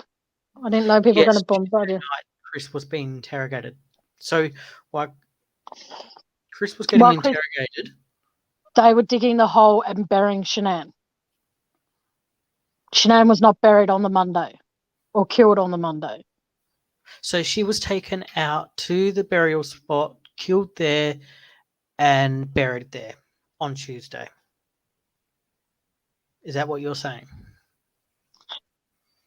Me, yes. I reckon she was taken on the Monday morning, held captive, and then killed on the Tuesday, and then put out there in the wee hours, or even on the Monday night. Okay, here's one for you. Mm-hmm. Do you think, and this goes for Dave as well, do you think that whoever murdered the girls, Nicole Kessinger. Okay, do you think that she watched the girls, the young ones, obviously, girls put into that tank, and then watched them just say drown? I'm not saying they did, because I don't know much about this case, but she watched them go under the sludge or whatever it is, and then the lid closed, and then they're like, right, now you're next, and then they killed her and then buried her. So do you think NK and the mum, what is it, Nicole? Yeah, Nicole made her watch the girls drown and then murdered her and then buried her. So you're asking basically, do you think that Nicole Kessinger had Shanann watch her and Jim kill the girl? Yep. And then she realised that she was going to speak, so they basically bopped her off. Yep. Yes. Dave? Hey, Bethy. Hey, Bethy Cakes. Yes, I do believe that. So much for not talking about Chris Watts on my channel unless Dave was on panel with me. Fucking hell, that worked like a treat, didn't it, boys and girls? No, I do believe. Yeah, sorry. NK didn't want secondhand kids, and the last straw when she found out Chris and Shanann were having a son, which she hoped she would give him a son, and no way was it all done in daylight. I think it was all done at night. Is that from Mum? Yes. Yeah, I think it could have been easily done at night because there were no cameras out at Survey 319. Okay. The kids did not drown. Okay, if they did not, okay, they did not drown, but at the same time, without being too about it though, because autopsies could not, as far as I'm aware, and again, correct me if I'm wrong, because autopsies could not be performed on them because they were. Oh, welcome, Mark Klein. Sorry, welcome. Mark, hello. I personally disagree with that. Sorry, but I'm going to disagree with you, Dave, because autopsies could not be performed because of their condition of their bodies. There's no way of knowing how the girls died when you think about it, because how can I put this without sounding like I'm trying to be a goody two shoes or a try hard? It comes down to. Oh, sorry. Hello, Sarah Jane. Sarah Jane says hello. Hello, Sarah Jane. I personally think that the girls, because you think about it, like they couldn't perform autopsies, so there's no way to know. Okay, they may not have drowned, but we can't. Well, I personally. Okay, don't disagree with you. Fine. Sorry. Piece of advice. Yeah, I've got a feeling I know what it's going to be. So, I think I might just shut the fucking door. But no, what I'm saying is because of the fact that autopsies couldn't be performed, it makes me wonder that, and that stuff was found in their stomachs, and like I said, autopsies could be performed. Oh, hang on. Oh, discuss what? Discuss what's Hang on. case. Oh, okay. As long as you don't get mad at me for that, then I will, Dave. Thank you. But like I said, I just find that, like I said, because autopsies could not be performed, we have no way of knowing if suffocation with the blanket over the girls' heads was actually the cause of death. Okay? So, so that's why I'm saying, as much as I love everyone out there discussing this case, I'm going to have a totally different opinion, because that's how much of a bitch I am, because I can. That's the joys of having an own channel. But like I said, the research can hate me all they want, because I'm sorry, but from the videos that the one that I shared with Dave the other day, I was actually quite sickened by the video. And I sent it to him with a caption saying, my gut instinct is telling me that this is all true. And he confirmed it. I'm not going to say what video it was. I'm not going to post it to share it. Nothing like that, because I'm just not. But the long story short of things, from what I saw in that video about that family, I'm sorry, but my heart goes out to them, and I'm sorry for your losses. But how about, actually supporting the people that are actually trying to find justice for your family, instead of sitting on the bloody money train and trying to get as much money out of the death of your daughter and grandchildren as you possibly can. And if you want to strike my video because I said that, be my guest. I don't give a fuck, because I'm not monetized yet. So Ooh. So you can hate me all you want, Rusek family. I don't give a shit. But how can they find this video? Who's Does it asked get that? sent to them, or? Oh, no, because they have a habit of just going into random channels, listening to bits and pieces that they want, and if it's something that they don't like and it's going to make them look like they've just had their spotlight dimmed a little bit, they will put a strike on you for copyright infringement, or they can put you up for harassment and bullying. Oh. Be my fucking guest. I don't give a fuck, because this is my channel, and if you don't like what I'm saying, leave. It's simple as that. The door. Yeah, no, I'm atheist. I don't praise any fucking Lord. But no, like I was saying, because as I was saying, because autopsies could not be performed on the little girls, I do believe that suffocation was not the. Oh, Dave just made my day. They can't strike me. Woohoo! I shouldn't say that. Suck an egg. There you go. I'll say that. But no, seriously, because you think about it, if a body cannot be autopsied on, and something is found, and poison is found in their stomach area, they would have to consume that poison somehow. How did crude oil. Keep forgetting what it's called. That crude oil. How did it get in their stomach? Because if they were suffocated and stuff, I can almost guarantee that their mouths would have been shut. Okay, so I'm sorry, Dave, but I do believe that they didn't probably drown, like they weren't put in there like alive and kicking and screaming. I think they were semi-conscious when they were put in the tank. And in answer to your question, Mum, I do believe that Shanann was made to watch, but at the same time, probably That not. was me asking that. Do you think she was made to watch? Do you think that was me asking, not Mum? Oh, I do believe she was made to watch when they were unconscious, and then when they were taken out to the to the tanks, I believe Shanann was elsewhere. So Hey, everybody, really good. Hey, Lisa. Hey, Lisa. So you think that Shanann watched her kid get rendered unconscious? Yes. Okay. Because Okay, Dave, take care, mate.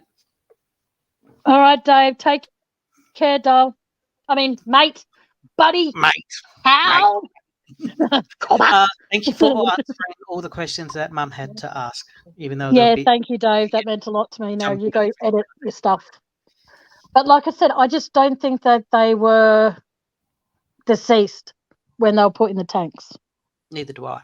I think they were semi-unconscious, and Yeah, and they'll put in there because the thing that really breaks my heart though is they said that okay, because here's another thing that was very interesting as well, that the Rusek family has said that Bella or Cece, I can't remember which one, had a scratch on her backside and was bleeding. Now you've got to remember, dead bodies don't bleed. So that's why I come to the conclusion that I don't believe that they were put in there deceased.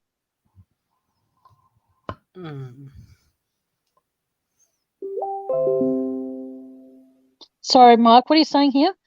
I think if this happened in Russia, CW tells all. Yes. Okay, here's another question. Is this from Mum? Yeah. Do you think went in her own car with the girls in the boot of the car, and Shanann was alone with Chris? No. No. No, because no one was killed at the house, Mum. No one was killed in the house. The cadaver dogs did not pick up a scent of a cadaver, like the cadaver dogs, which pick up dead bodies, did not pick up of anyone being deceased around Shanann's car, in Shanann's car, when they opened the boot, and throughout the whole house. There was no cadaver scent picked up on in there. So sorry, Mum, but no. And also you got to remember is the fact that it could have been chemical burns, but at the same time, they were bleeding. Dead bodies don't bleed. The thing as well that makes me quite sick is that they said when they opened up the hatch, there was blonde hair in the opening of the hatch.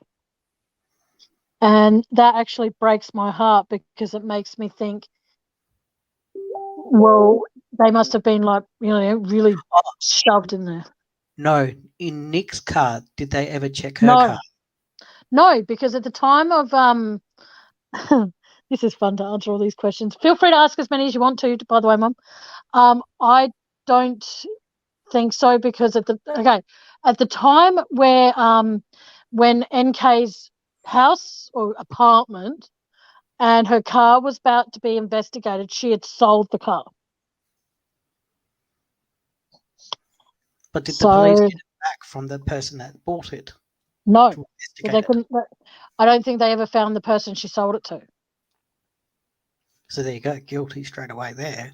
Exactly. Like, wouldn't you find it sus? Hiding evidence. Yeah, exactly.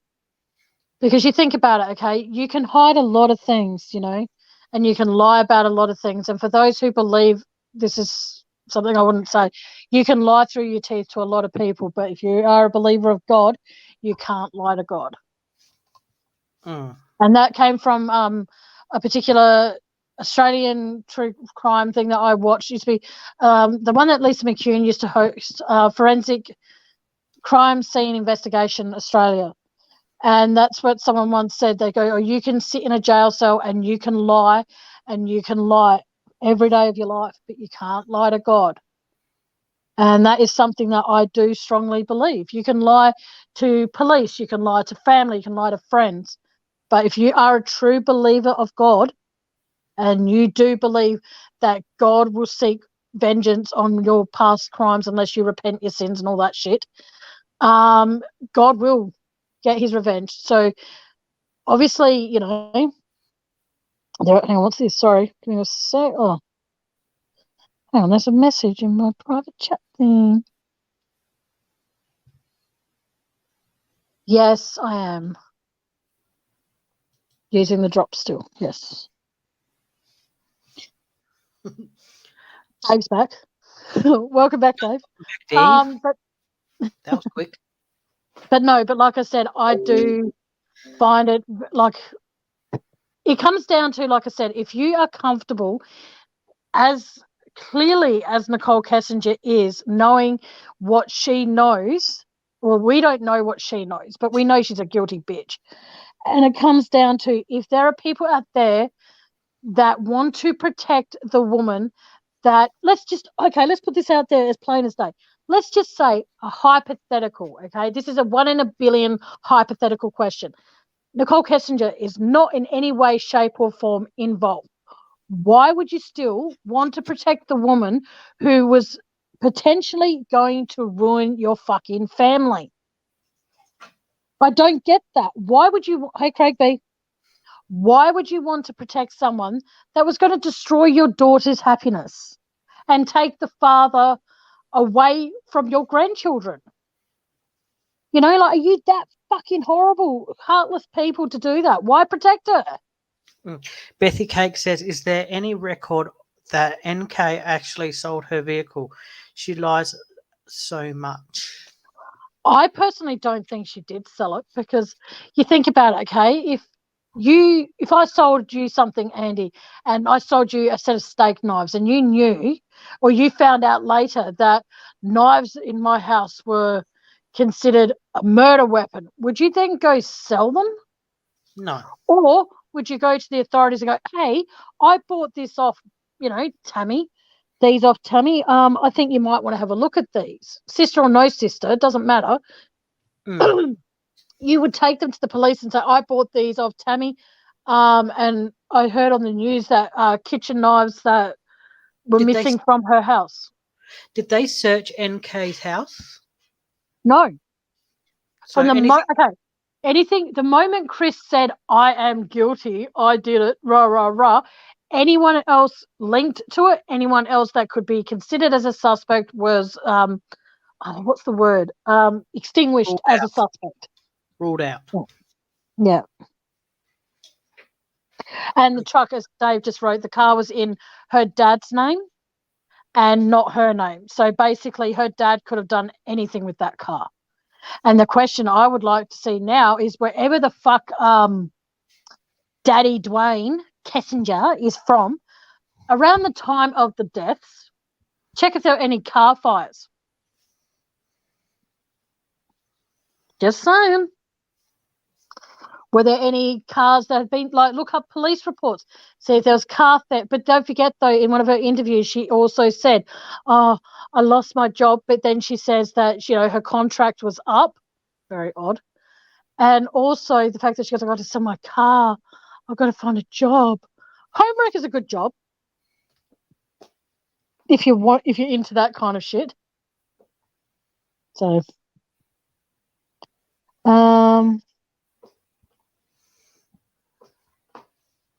Oh, why isn't NK making cash on books and interviews? The reason she's not is because I do believe there'll be people out there that would actually ask her the hard questions that the police were too much of a little suki lala kindergarten kids that didn't want to ask. Fair enough. Mum's just asked me to rehash the thing about the drink bottle. Okay. When Nicole Kessinger is being interviewed, Right? I'll be back in a sec. Hang on. I'll be back in a Yeah, sec. no worries, Doc. When Nicole Kessinger is being interviewed, she handles the bottle very limitedly, like she hardly touches it, or she has her hands all over it. But when she leaves, she makes sure she has it in her hand. But then when she hands it to the police officer, she has it around the mouthpiece and she flips it to them. Now, when the cop grabs it, because he doesn't see her as a suspect, he grabs it with both hands and holds it close to his chest, removing any kind of fingerprints that could potentially be used as evidence later down the track or anything like that, because the fingerprints on the plastic bags found near Shanann's body did not match Shanann's or Chris's. All right. So what then happened is, you think about it this way. Then when Chris is being interviewed, he's also given a bottle of water. Now, Chris is a smart guy, but obviously not that smart, but he's smart enough to know that at this stage, they're going to take my fingerprints. They're going to need something to connect me to this before they do the lie detector test, before they do any of that shit. They're going to need something to connect me. When he did it, he finished his water, put the lid back on, pushed the bottle on the table away from him. He did not hold on to it and then, hand it to the police at the end of it. He left it on the table. So my question is, why was Nicole Kessinger guarding that bottle like it was the fucking holy water? It was going to cleanse her. Nothing to cleanse that bitch. But my point being is, she was holding on to it. But when she handed it to the police officer, she handed it to him in such a... Hang on a second, Andy. She handed it to him in such a way that he had no choice but to basically put his hands where her hands had been to be able to take it off her.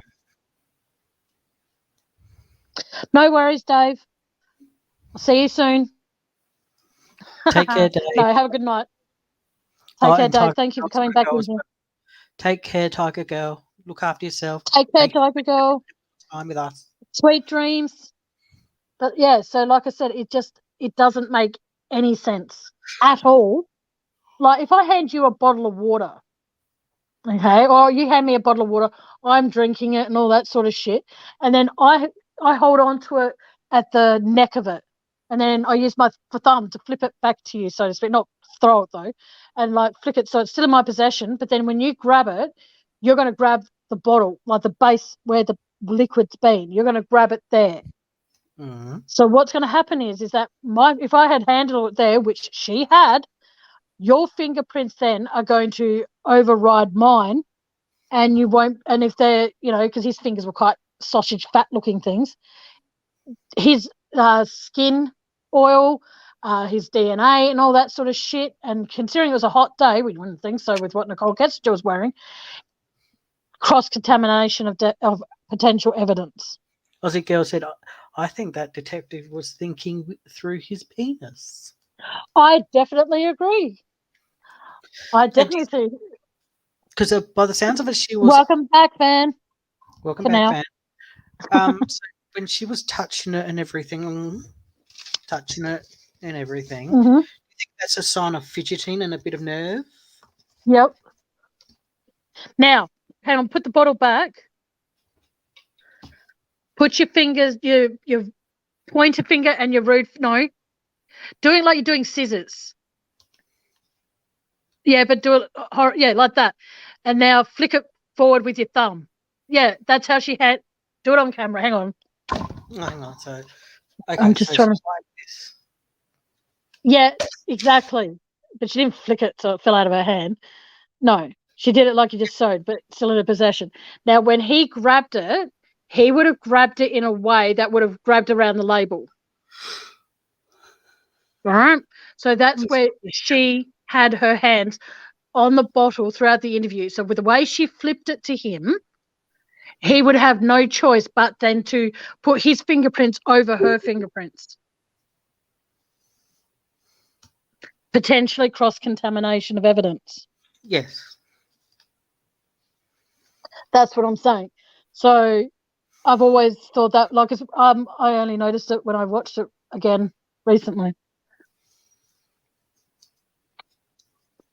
But it's all fucked up.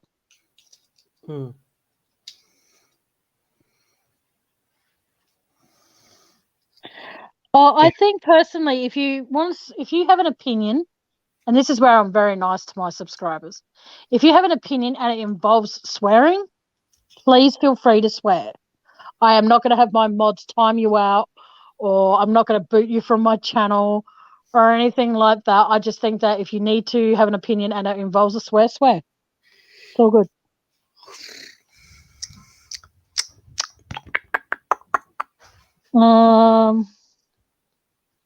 You don't need to, Jen. Seriously, sweaty. If you want to swear, swear. It's fine.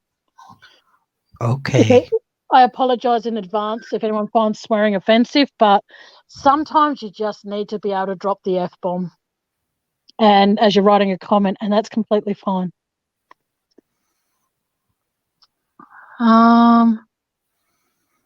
Here's a question for you.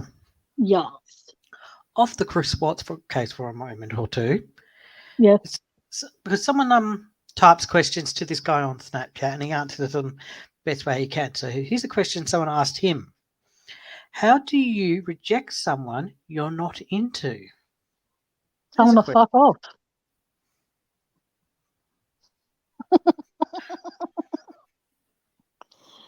I don't know. Actually, I don't know because I've not many people are very interested in me of the opposite sex, so I don't know. Okay. Swear? Mark, you're allowed to swear. It's fine. He's saying he doesn't swear. He sounds like a good little Christian boy. Okay. Van just say no thanks. Oh, okay. Yes, nicely, Tammy Wells. Nicely. As the people have gathered, Tammy's got no filter. Nope. I think that's why so many people actually, I'm not trying to have an ego, and you can all tell me if I'm wrong, but I think that's why a lot of people do tune into my channel because I don't have a filter. You know, I think a lot of people see it as that if someone says, Nicole Kessinger wasn't involved and she's a horrible person, I say, Nicole Kessinger was fucking involved and she's a fucking home-wrecking skank. Ooh. Sorry. Oh, here you go. Van used to say I was a lesbian. Then when that failed, because it excited them, I would say I'm into stuffed toys. There are people like that, man, that love fucking stuffed toys. Because I've seen it on My Strange Obsessions, and the people that are into balloons and doing naughty stuff to balloon animals and stuff, and pool toys and stuff. And one of them was eating the foam out of the couch. So I remember that one. Going to bed, you can sleep on the couch. Just don't eat my couch. Just sleep on it. Just sleep on my couch. Don't fuck on it. Most of all, don't eat it. Just sleep on it. And then you wake up and there's just the timber frame from the couch. What happened to it? I got hungry in the middle of the night. Yeah, peckish between snacks. I didn't want to wake you up by cooking anything, so I thought I'll just start gnawing on the couch. Thank you, cowgirl. Oh dear. See, that's what I mean. Like, I can't. Hang on. Okay, sorry. Mum's wrote this message now twice. Okay, Mum, do not get offended, and I apologise a million times over if you do. Mine and Andy's mother is visually impaired. She can't see very well, if at all, at the best of times. The sub point I'm making quickly back to the Chris Watts stuff is that she even noticed it was very odd that Nicole Kessinger was wearing a long sleeve top right down to her palms. She found that very odd. So I thought I'd just point that out, that I found that odd too. Yeah.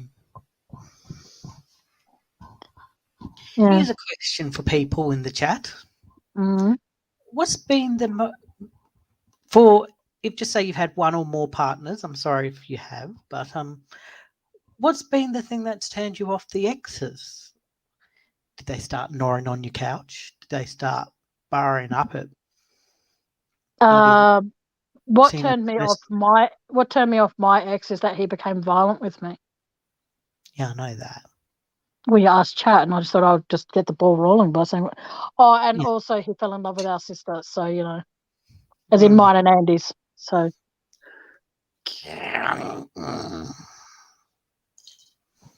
Anyway, yes, thumbs up, peoples. Come on. yes. But no, I just Don't forget too, Tracy. Don't forget the thumbs up for me. hey, Andy, it's my channel.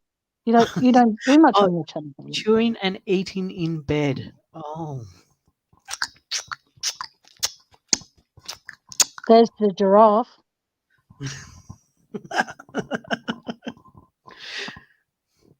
at least he But no, wasn't chewing and eating the bed, Van.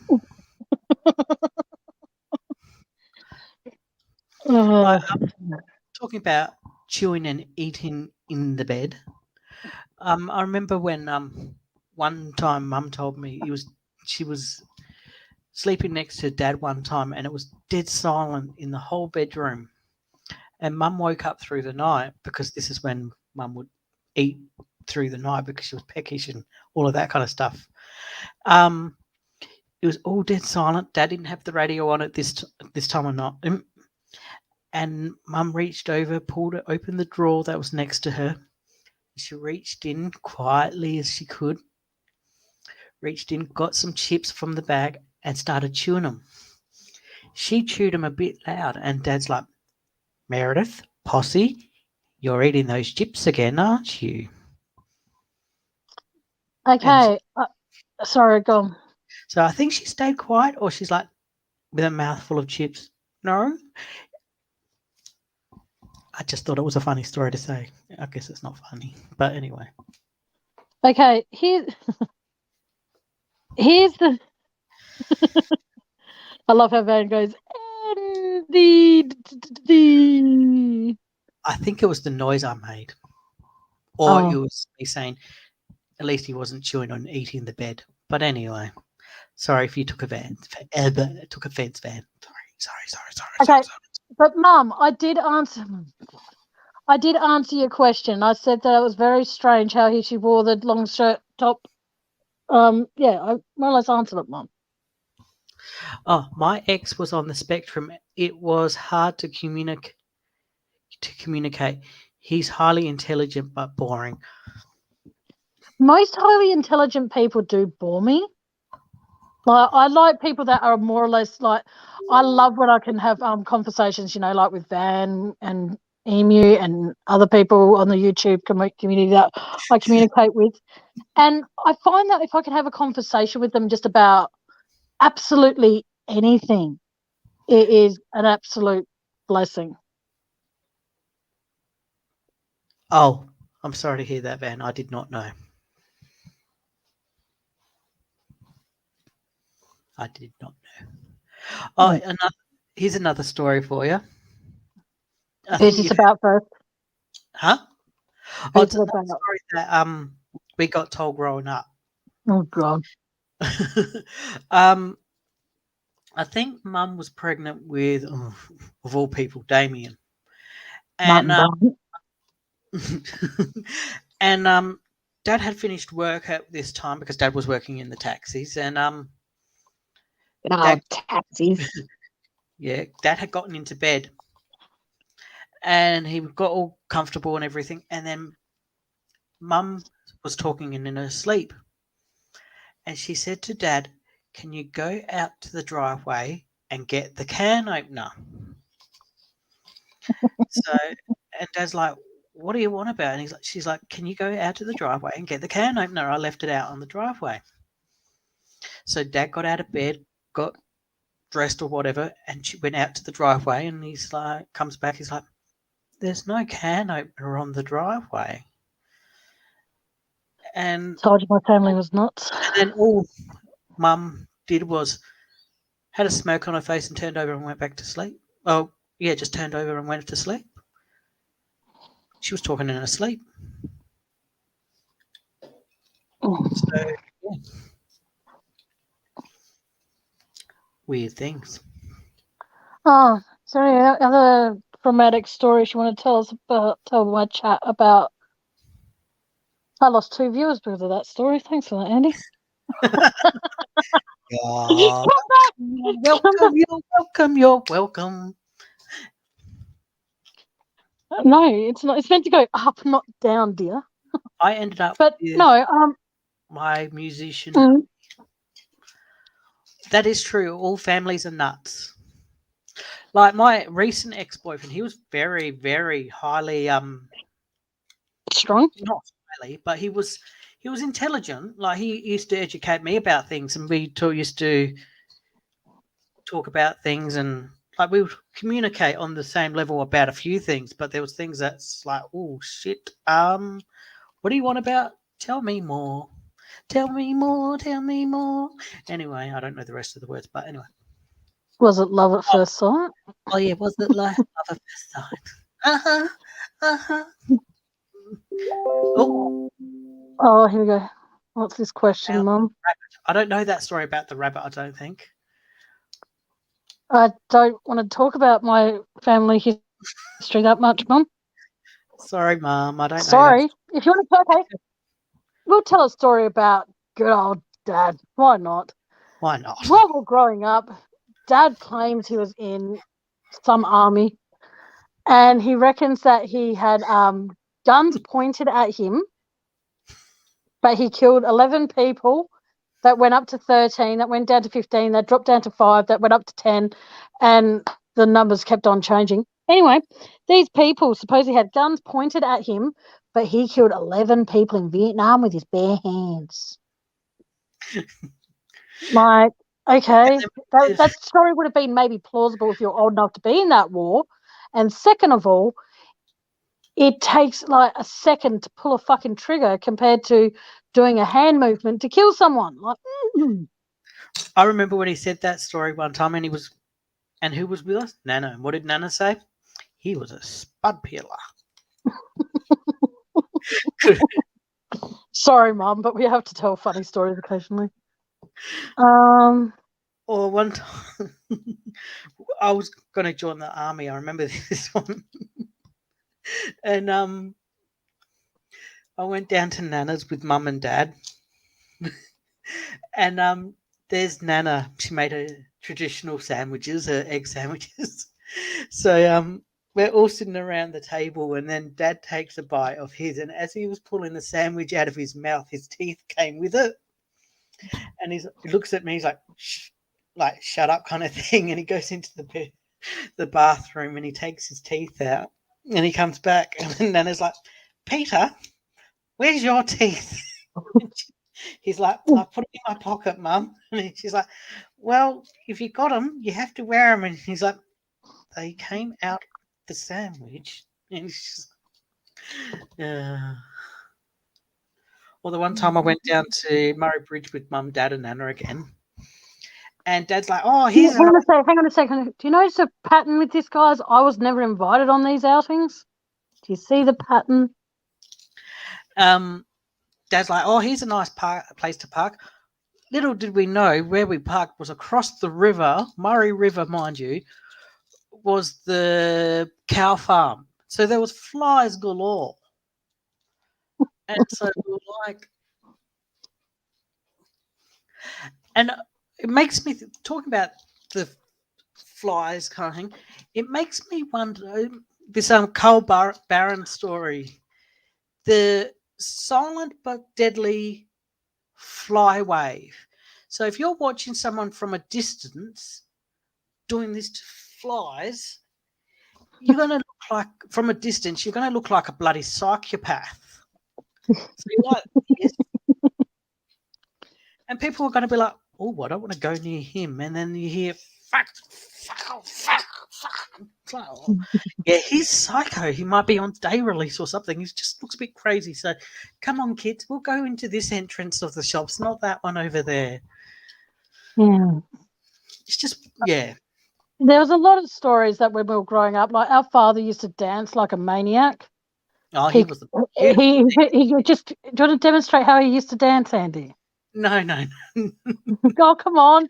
No. You've got to. Okay, put it this way. It was like you've got to show it because it's hard for me to describe it. please. You dance. Hang on a second. Hang on. I've got an idea. Don't do anything yet. I've got to quickly just fix this up a bit. Hang on. There we go. Now you can do show people the dance that our father. This is how our dad used to dance to our mother, and she thought it was drop dead gorgeous. Can't blame me for this, Mum. He would dance. Oh, hang on. He would dance a bit like this. I used to. Drop dead gorgeous. And between you and I, and Tammy, and whoever's listening, it was not gorgeous. It was embarrassing. It was like the worst kind of dance. He used to say, he used to say to Andy, and this is before Andy, came out as gay, he would turn around and go, this is how you get the women, cobber. No. Yeah, and also he used to tell me when I worked at Hungry Jack's, mind you, I was 14, 15, 16 or whatever it was. And I'm like, oh, Dad, I'm working New Year's Eve this one. And he's like, oh, cobber. I'm like, what? He's like, this is how you get the girls. You go up to the girls, any good-looking girl you get. I'm like, oh, yeah. He's like, you go up to the girls and you go, excuse my French. He's like, you go up to them and you go, do you fuck? And I'm like, okay, cool. So mind you, Andy was a minor at the time because that's really appropriate to tell your kid that. What about, hang on, sorry. I've got to read some chat because I'm missing quite a bit. Okay. Money is just money. It doesn't make happiness. That is very true. What was it? Tracy Walker got chatted up by Richard Branson and she said no to him. Aussie girl Jen wrote, my dad, her real dad, sang on the radio back in the day. Oh, that's beautiful. That would be nice. Sorry for scarring all of you with all of that. But no, hang on. Mum's now, why'd you do that for? That's enough about your late father. I truly loved him. Yes, we know, Mum, but there's just too many bloody stories. Okay, this is one of my stories. I'm probably going to get in a lot of trouble for telling this one, but I remember when when I was younger, my dad used to play records and he used to play the Beatles a lot. And when I say a lot, like I mean a fucking lot. And he would actually get really mad at me if I did not know the lyrics. But my mum, when my dad would go out to work or to golf, and very rarely would my mum put on an Elvis record. But for now, like from that moment on, I listen to Elvis to this day. I have a few Beatles songs on my playlist here on YouTube, but I don't have many. Most of it's like, Elvis concerts. And the thing is, I remember there was this one time when I said to Mum about 5 years ago now, or more than that, about say 9, even maybe 10 years ago, she had an Elvis CD, but she couldn't find the cover for it. And I said to her, well, you play them and you can write them down because I'll know what the song is and all the rest of it. Sure enough, when she would play like 10 seconds of the beginning of a song of Elvis, I would know pretty much straight away what it was. And then later down the track, she actually found the cover for it with all the songs on it. And I was actually, right. It was good. But no, my dad would get really pissy because I didn't like the Beatles music. I didn't connect with them, but with Elvis I did. And it was weird. But yeah, my mum. My dad told me a story when him and his family were having Sunday dinner and his granddad had the last bit of cake. My dad wanted it and he said to his granddad, hope you choke. Oh. Sarah Jane, Jesus. I get told to not sing and dance all the time by my 3-year-old, and she rolls her eyes at me. Oh, she'll learn to love your voice just like I do. You're very gifted, man. Listen to your adult legion of fans. Oh, here we go. I remember at Christmas dinner table, my granddad said, "What a lovely doll. What's his name?" I said, "It's not a boy, it's a girl." And he argued, so I showed him. Oh, I showed the doll had no penis. My mother Quoted. squirted the whole bottle of sauce on my head and then threw me in a cold shower. Oh, okay. How very rude. No, it's because she showed that the doll didn't have a pants. Okay. That was in continuation. Hey, I've said hey, Cookie Girl. Sorry, I keep forgetting. That's who I've said hello to, but so I'll just do it again. Hello, everyone in chat. Yes, hello, welcome. Thank you for spending a bit of your time with us. Yes, thank you. I remember there was this time, it was the day this brother of mine who's on panel with me, the day he was born. All right. To save water or to save time, my older sister, well, our older sister and I, we shared a bath together. We're only like 6 and 7. Anyway, I stood up to wash my sister's hair and I bumped the soap dish and then I gashed open my back. I now have a beautiful scar there. And after about 2 or 3 bath sheets, those really big ones back then, after they were soaked in blood, that's when my dad decided to take me to the hospital and go, oh, I better go to the hospital, eh? Like, no shit. Here we go. You too, Aussie girl. Merry Christmas. Here we go. My mum and dad prepared dinner one night. Oh, you keep moving it across when I'm reading. One night, and then when we were all about to eat, they threw it at all us. They threw it all at us, and we were speechless. We didn't know what to do. What did you do? Lovely. Talking about people talking about food and everything. What about the lovely pizzas Dad used to prepare? Oh, they were shit. There were nice toppings and everything. It was beautiful on top, and then you lift up the base, and it was all bloody charcoal burnt, and it was just no. All the time that he made a curry dish for Mum and I, and he's like, "Oh, it's not that hot," so we have it, and we ended up wrapping it up in old newspapers that were in the bedroom and throwing it out. I was like, "Oh, it's delicious, wasn't it?" So Mum and I were like, "Yeah, it was delicious." And he's like, "Oh, I'll go and try some." And then he comes out.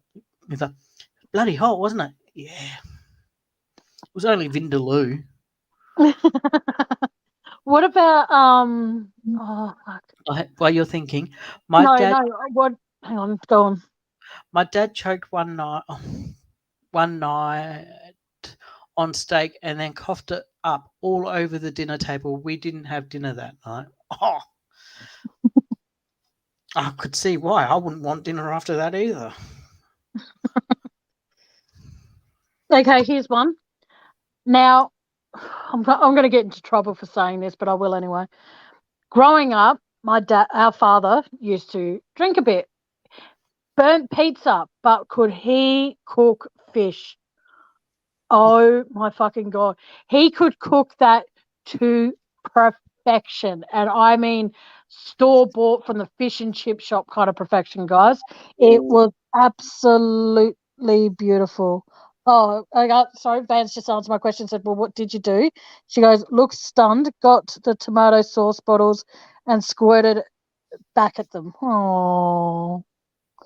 So in my family or our family, we don't really do the Christmas dinners or Christmas lunches, so to speak. We would do when our father was alive. We didn't do a turkey or anything. Is what I'm getting at. Oh, not turkey. What would happen is he would cook a barbecue, and then he would make salad soup. And for those who don't know what salad soup is, it's basically when he'll like lettuce, tomato, cucumber, onion, and all that sort of shit into a bowl. And then instead of just using like a little bit of dressing, he would pour the whole fucking bottle into the bowl. So you would take a stab of lettuce, cucumber, tomato, onion, whatever, and then it would be dripping. So you're better off if my dad made a salad. You'll be better off having it in using a spoon. What about his lovely pea soup, Tammy? Oh, The that's times that fucking. it's like near the end of the thing, and it's like, okay, we've got to tip it down the toilet. It's the safest way because the dog wouldn't even touch it, you know. And the worst thing is where our toilet was in our unit block, you would actually have to pass it to go as you would go to the side of the units. You would actually, if going around the units, you would actually pass it. So you can imagine hearing, you know, as you walk past, it would be just like, wow, that family really has really bad diarrhea. And it'll be just us disposing of the pea soup. I've never been involved in a food fight. Oh, actually, no, I take that back. I remember when very rarely we would be given a little bit of money and we could go to the shops and we would be able, at this time it was only like $4 for a big serve of like chips and gravy. And I'd always want the ones that were like smothered in gravy. And Andy would always, before he actually realized the ones smothered in gravy are the better ones, he would always want the ones that weren't in a lot of gravy. So we'd fight over the last few and it'll be annoying. So yeah, but not actually picking up food and throwing it because we didn't actually have that much food growing up to actually waste. Oh, just that all that gravy. But anyway, Oh, yeah, let's move on from food. just crazy stories. Yes, there are quite a lot. Mm. But no, but like I said, I just like, and we would do a barbecue for Christmas. And when our dad was alive and well, he would actually, I don't know how he was able to ever cook fish to perfection, but nearly everything else he cooked. Hey, He would cremate the fucking barbecue. exactly. Oh, do you want a sausage? Oh, hang on, no. Would you No. like a pork chop that's just like really, really tough? No. Do you want It's a like- chop that almost looks like? Yeah, exactly. And it would be like the salads would be way over dressed. Yeah, Yes. exactly. And you look at the sausages and stuff, and you'll be like, they're not supposed to be black, Dad. And he would crack the shits. But You can cook fucking better, can you? yeah. Well, we couldn't argue with him because, you know, he would get angry. And when he would get angry, he would want to really, really kind of like leave the state. But no, seriously though, like we couldn't. It just gave me the shits in the end because it'd be just like, I want to like the first time. I'll be honest with all of you here. The first time I had a sausage when it wasn't burnt, I was in awe, thinking, oh my god, this is what they're supposed to taste like. Fuck. Oh, here we go, Sarah Jane. I love food fights when kids were young. When the kids were younger, we would start throwing peas at each other. I'm never the sensible parent. I just love having fun. My husband is the more sensible one. Yes, that's what I mean. Like, I love you, Mum. So don't take this the wrong way. Mum and I, we didn't see eye to eye growing up, so it was very, very hard to be able to joke with her. And even to this day, it is still very, very fucking hard to joke with her. But Sorry. no, it's okay. No, Cookie says, yep, men on the barbecue duty can't cook sausages. They end up charcoal, steaks and chops end up raw. Hey, I can cook a barbecue and I'm a male, but I love to cook. So, like one year. Hang on, I'm reading something Van wrote, sorry. I'm the helicopter parent, apparently. I'm trying not to be. Okay. Oh, okay, Aussie girl. Thank you so much for coming in and sharing some of your night or day, depending on. Oh, you are in Australia, so night. Thank you for with us. sharing. I much appreciate that. Thank you so much. Yes, thank you. And if you're okay, I'm not. Andy's new to hearing this. We might be doing a Christmas night special. We don't know yet. See how we go. But if we don't do one, I might be back again before Christmas. I don't know. But if I'm not, Merry Christmas, stay safe, and enjoy the time you have with your loved ones, love. Yes. Thank you for spending a bit of your time with us. Thank you for sharing your memories and fun stories. Yes, thank you. But no, like I was saying, all families, no matter if they're big or they're small, just treasure the family that you've got. If you are getting told by family and people that they love you, it doesn't take much to say it back, because you never know. You don't want to end up having one day where you don't say it and then It's you too end late. up regret. It's too late. So, yeah, make sure you always tell the people that you love them and they're important to you. And, yeah, just Oh, don't damn. be one of those people who goes, if only. You know what I mean? So My fur children know I love them. I don't have any fur children or children. Well, I consider you a child, considering at times when I Yeah, help you. brother. Not yeah. Or what Yeah. about that one year we had a barbecue? Barbecue. I can't remember where we were. Mm. It was so overcooked.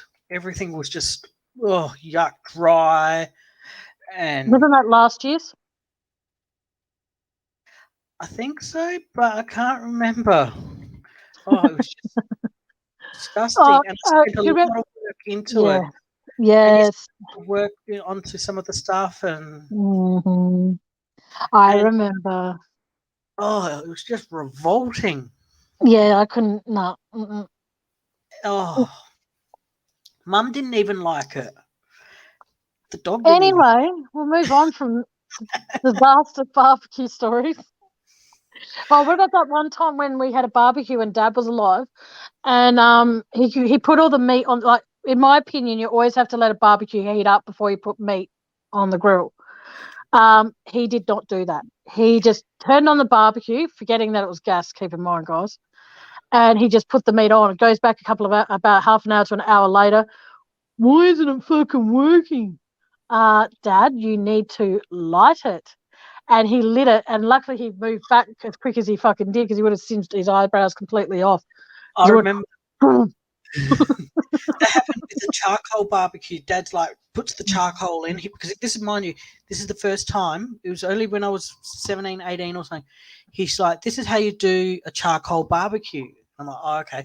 Puts the charcoal in. I come back from the shops, put more charcoal in, puts a whole bottle of metho on it. He's like, that's what you do, you see. so he lights the match and he throws it onto the thing, and it's like, whoo! He's like, "Fuck! That nearly got me." I'm like, "Well, it didn't because of the whole velocity of the whoom, it threw Dad back because Dad wasn't a like stocky person like you and I and Mum and all of that. Mm. It, yeah, the force of the whoom threw him back, and just the way he's like, "Fuck!" I'm like, yeah, he's like, "Now you can." I think personally, okay, now I love all of you that are in here. I think you're all amazing people, but I actually want people to come back to my channel next year, Andy. So I think that we should just brush on a little bit more true crime, and then I'll call it a night. Okay. Well, we've got two. Is that from Mum? I'm not sticky, Nicky. What? I'm not sticky. I don't want to know. Mum! I think TMI. I think she means skinny. Well, you Still sticky. yeah. It's, No. maybe it's a Okay, good thing that she's sending us private messages to read out on panel instead of just writing in with chat. because I can't see how many people are in here at the moment, but you can, can't you? 14 people. Okay, to the 14 people that are in here, if it's okay with you, Tam, we can make. Well, I've got a pad in front of me. We could quickly jot down some things that we can discuss in 2022, and then Mhm. I can take this piece of paper off, type them up, put them into a hat, and then at the end of each live, if we're finished that topic, I can pull them out of a hat, and then that could be the All next right. topic. Okay. Well, Port Arthur's already been mentioned. Yeah, so people can jot down some things that we can talk about next year, going into next year. So Port Arthur. Yeah, please, guys, give us some suggestions, because at the end of the day, my channel is what it is because of you guys. So if you do have any suggestions, please feel free to let us know now, and Andy can write it down in his really weird Scribble writing. right. Yeah, and then what we can do is that and then on New Year's Eve, actually, if you're free and you're not doing anything, we will actually, instead of doing one Christmas night, we will do one going into New Year's. What do you reckon? If I've got enough time on my Well, we could, yes, but the thing is, though, we've got to find a way to see if you can I could do it like a little thing on. Not what? do some music, and we could do like a music hour where people can type into the comments a song they want to hear, and we play it, kind of thing. Like, yeah, But music hour. I could, yeah, but I could get maybe striked for that. So, and plus, without being too about it, Van does karaoke, so I don't want to really do stuff about Yeah, music I know because that. that's what she does. So I know, but that's different to a music hour kind of thing. We can do a music hour. oh yes, Van, please do when he's feeling up to it and you're able to. Hang on a sec. Are you? Yeah, let me know and we can have your Uncle Bull back. That would be awesome because Uncle Bull's funny. I like Uncle Bull. Okay. But yeah. Yeah, So is anyone got any other topics? Because this is only if you like me talking. Because if you don't and you just like me, just like tonight we've talked about Titanic, we've talked about Chris Watts, we've done family stories. You know, we do it. That's what I mean. Like, I want to do true crime discussions, but I'm also thinking of renaming my channel to True Discussions. But then I'll have to get rid of all the banners and stuff that Van made for me, and I don't particularly want to do that. So, I might change it to True Crime and other stuff, but I don't know. I don't know. Oh, you need to be careful. You can't play videos or particular songs. Yeah, because you can get the Strike. stream stopped. Yeah. Thanks, Van. You're a sweetheart for reminding me of that. I couldn't articulate what I was trying to say. Yeah, so I'm thinking Beaumont Children. Yep, definitely. I'm interested in the Ivan Milat, the backpackers thing. So Backpackers. Yep. Oh, Catherine. Someone put Catherine Knight. Yeah, Tracy put Catherine Knight. So I'm going to have to investigate that. Yes.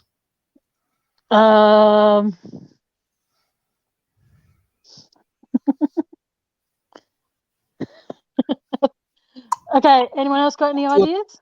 Even though it's not true crime related, I'll do a quiz night. Mm-hmm. Because people like my quizzes. Yes, they do. Oh, here we go. Come on, what about my topic? Oh, What's your... Okay, we can put that into discuss next year. Embarrassing moments and what you hated about school. So there's too many to fucking list for me. If I didn't like a teacher, I'd tell the teacher to go get. Yes. That could be a topic, school days.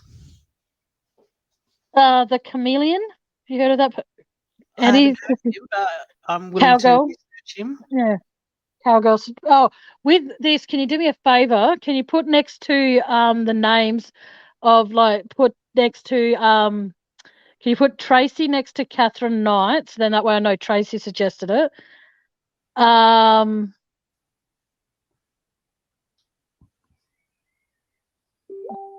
Yes. Yeah, and I'm just trying. So when you guys suggest something, please let me know that, and then okay, the Chameleon. Who's sorry? I'm trying to read chat. It's very hard. Sorry, guys. Fat fingers. What? Don't put that down. That might be something. Okay, hang on.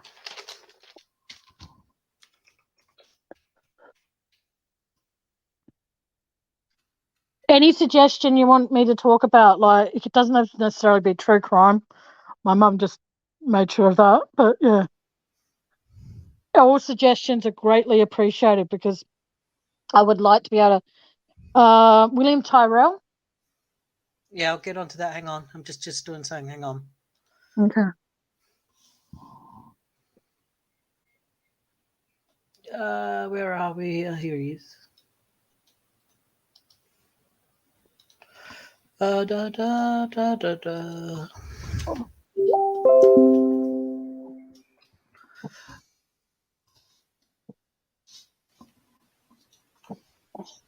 Sorry, hang on.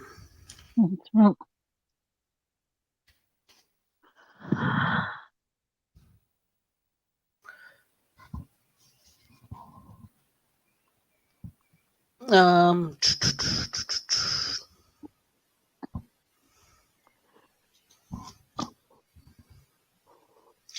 Oh, hang on.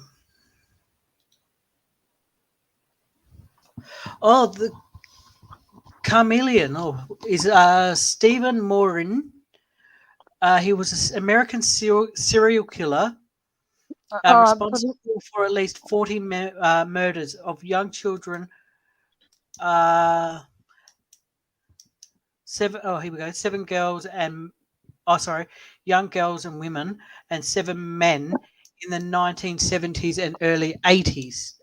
All right. Yeah, we'll put that down, and please put Cookie next to it, so I know it's Cookie that suggested it. Van, I love you so much, honey, but we're not going to dedicate a live talking about carrots. Carrots? Ooh. I remember when I first came out to you and I lived with you, you had a visitor that told me to warm up a carrot in the microwave. Yeah. That was a bit Rude disturbing. Yeah, pretty much. Must have tried it himself. Yeah, well, don't want to go there. Anyway, Lindy and Michael C. Sorry, what's that? Oh, there you go.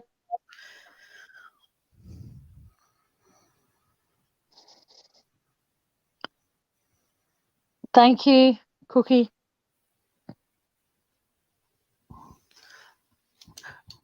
You want us to talk about carrots? Oh. Okay, carrots come in different shapes and sizes. Most And popular colours. carrots are orange, but you can also get them in yellow, purple. What other colours can you get? You can juice them, you can fry them, you can roast them, you can steam them, you can mash them. You can also use them to throw at people when they bring up weird things to talk about. There you go, 101 ways to use a carrot. Okay, on 101 ways to die, don't peel the carrot and then decide to masturbate with it, because a woman over in America actually peeled a carrot and was found dead due to the fact that all the toxins and stuff inside the carrot actually killed her. Oh, really? So, yes, really. Oh, wow. There you go. You can grate Do them, not you can use shred carrots in them, any sexual way, people. you can grate them, you can shred them, you can peel them, you can You can dice toss them. them through salads. Exactly. Oscar, I do not know how Robbie is. I'm sorry. Sorry, Oscar, I have no idea. I haven't been in Robbie's chat much. I've actually been off YouTube for a little while, so I don't know. I'm assuming he's well. I'm hoping he's well. Yeah, so I don't know. If you got him on Facebook, shoot him a PM. He might answer.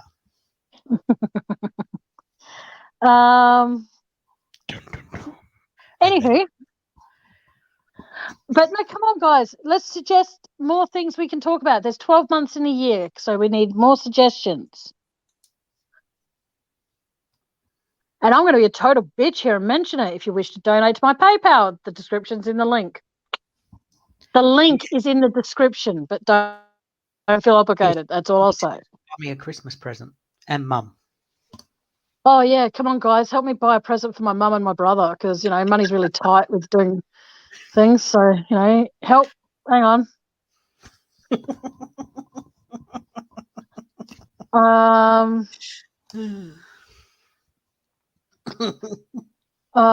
Mum's mentioned we're not going to talk about food on my channel, Mum. Food. Sorry. That'll be my channel once that's up and going, Mum. Yes, they'll be like favourite recipes you can discuss on Andy's channel, Mum, not mine. will be, if people haven't heard it, my channel is 88. Yep. Just put, whoever's a mod here and is a member of Andy's channel, please drop the link in the description. It's the 88th slice of cake, of the Yes, cake, or whatever it'll it's be up called. and going midway through January. Bethy Cakes has suggested a talent night. Any talent anyone has. That's a good idea. Yeah, talent night. Yeah. That's Yeah, we can do that. PG. And if they're in Australia and they win, I will don't promise donate prizes prize. on my channel. Huh? Andy, you can't say that, because if you do say that, people are going to hold you to it. And if you then come up with bills and stuff and you don't follow through, it's actually, thanks, man, it's actually going to reflect bad on my channel. How does this sound? Okay. Your prize is that you just get to have your talent recognised by however many people join in the chat. I'm sorry, but I can't personally afford to do prizes, so Yes, true. I rather not promise prizes to my subscribers and then get let down, because I do not want to let down my subscribers. So please don't do that. Sorry. That's right. If you want to promise prizes on your channel, be my guest, but don't do it on mine, please. Okay. Thanks, doll. Oh, no prizes, Andy, says man. Jesus. Okay. Jesus. I'll just make sure that, okay, Van, can I give you a suggestion, honey? I love you. You know I do. But everyone that knows you knows that you can sing. So if you're going to enter the talent night, that is not something you can do. And that's right. It's all about fun. So if you have a talent, Miss Van, it can't be singing. Because I can tell you now, if it is singing, I already know that you'll get the votes to win. So yes. And whoever, hang on, there will be a prize actually on the talent night. If you win, you get to be up on panel with me and Andy for our next crime themed night. Oh, there we go. But you get to choose like when you come up. So, for example, if you're in here and we're discussing, say, the Beaumont children, and that is something that you wish to put input in, obviously I'll put the lives up, say, a few days prior. So then that way you've got a way to contact me and let me know. And, yeah, you can join us on panel. That can be what you can win. Good idea. Or, you know what I mean? So that way it gives you a voice to show your talent, but it also gives you a voice to be able to be on panel with us. So that way, if you feel as though your comment's been overlooked or anything, you can say whatever you want. And if you're on panel with Andy and I, not that Andy will approve of this, but hey, my channel, my rules. If you wish to swear, you're more than welcome to. But that is something that I don't. Van wants to be one of the judges if she's allowed. Yeah. Sure. You'll be up here with us, Van. And we'll have a scorecard scorecards from 1 to 10, and or just a piece of paper, and we write our score, and the highest score winner of that night wins. Yes. A bit like the old-fashioned red faces. Yes. But we do, I personally request that you don't do anything in disgusting taste or poor taste. There will be no sexual innuendos, so to speak, of any kind allowed on my channel. If you think that's one of your talents, save it for your privacy of your own home, and don't show it on my channel. I was going to do puppetry of the penis. No. Okay. You're my brother. There's parts of you that I don't want to see, that I'm very thankful every day that are covered by clothing. Okay. I could do the clothesline. No, Andy. Definitely no. Okay, anyway. Moving on from that. I've added Chris Watts just for the hell of it. To the list?